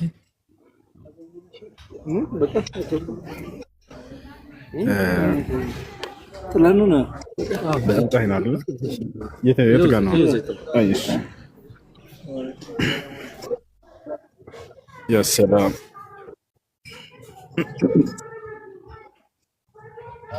ዲና ጋና ሰላም አሃ አለ ወላሂ ታሻም ያዘ ፀሐይ በጣም ፀሐይ ነው። ወይኔ ባለስታል ተናገረ ሌላ ውስጥ ነው መቼ ሌላ ውስጥ ነው። ሰላም አለይኩም ሱጢ በጣም እንትን ይላል ፀሐይ ጥያቄ ነበር።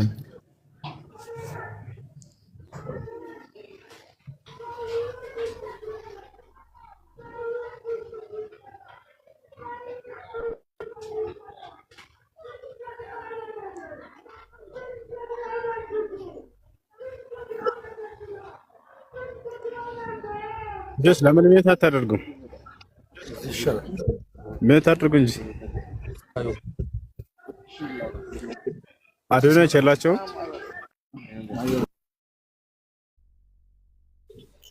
የገባችሁት ጠይቁሽ። ሰላም አለይኩም በተርታ ጠይቁ የገባችሁት ሜት አድርጉ። ሰላም ናችሁ? እንዲረብሽ ቦታ ላይ አትሆኑ። እሺ ምን ነበር ጠይቃችሁት? አሉ ሱሱ ሰላም ጠይቁ።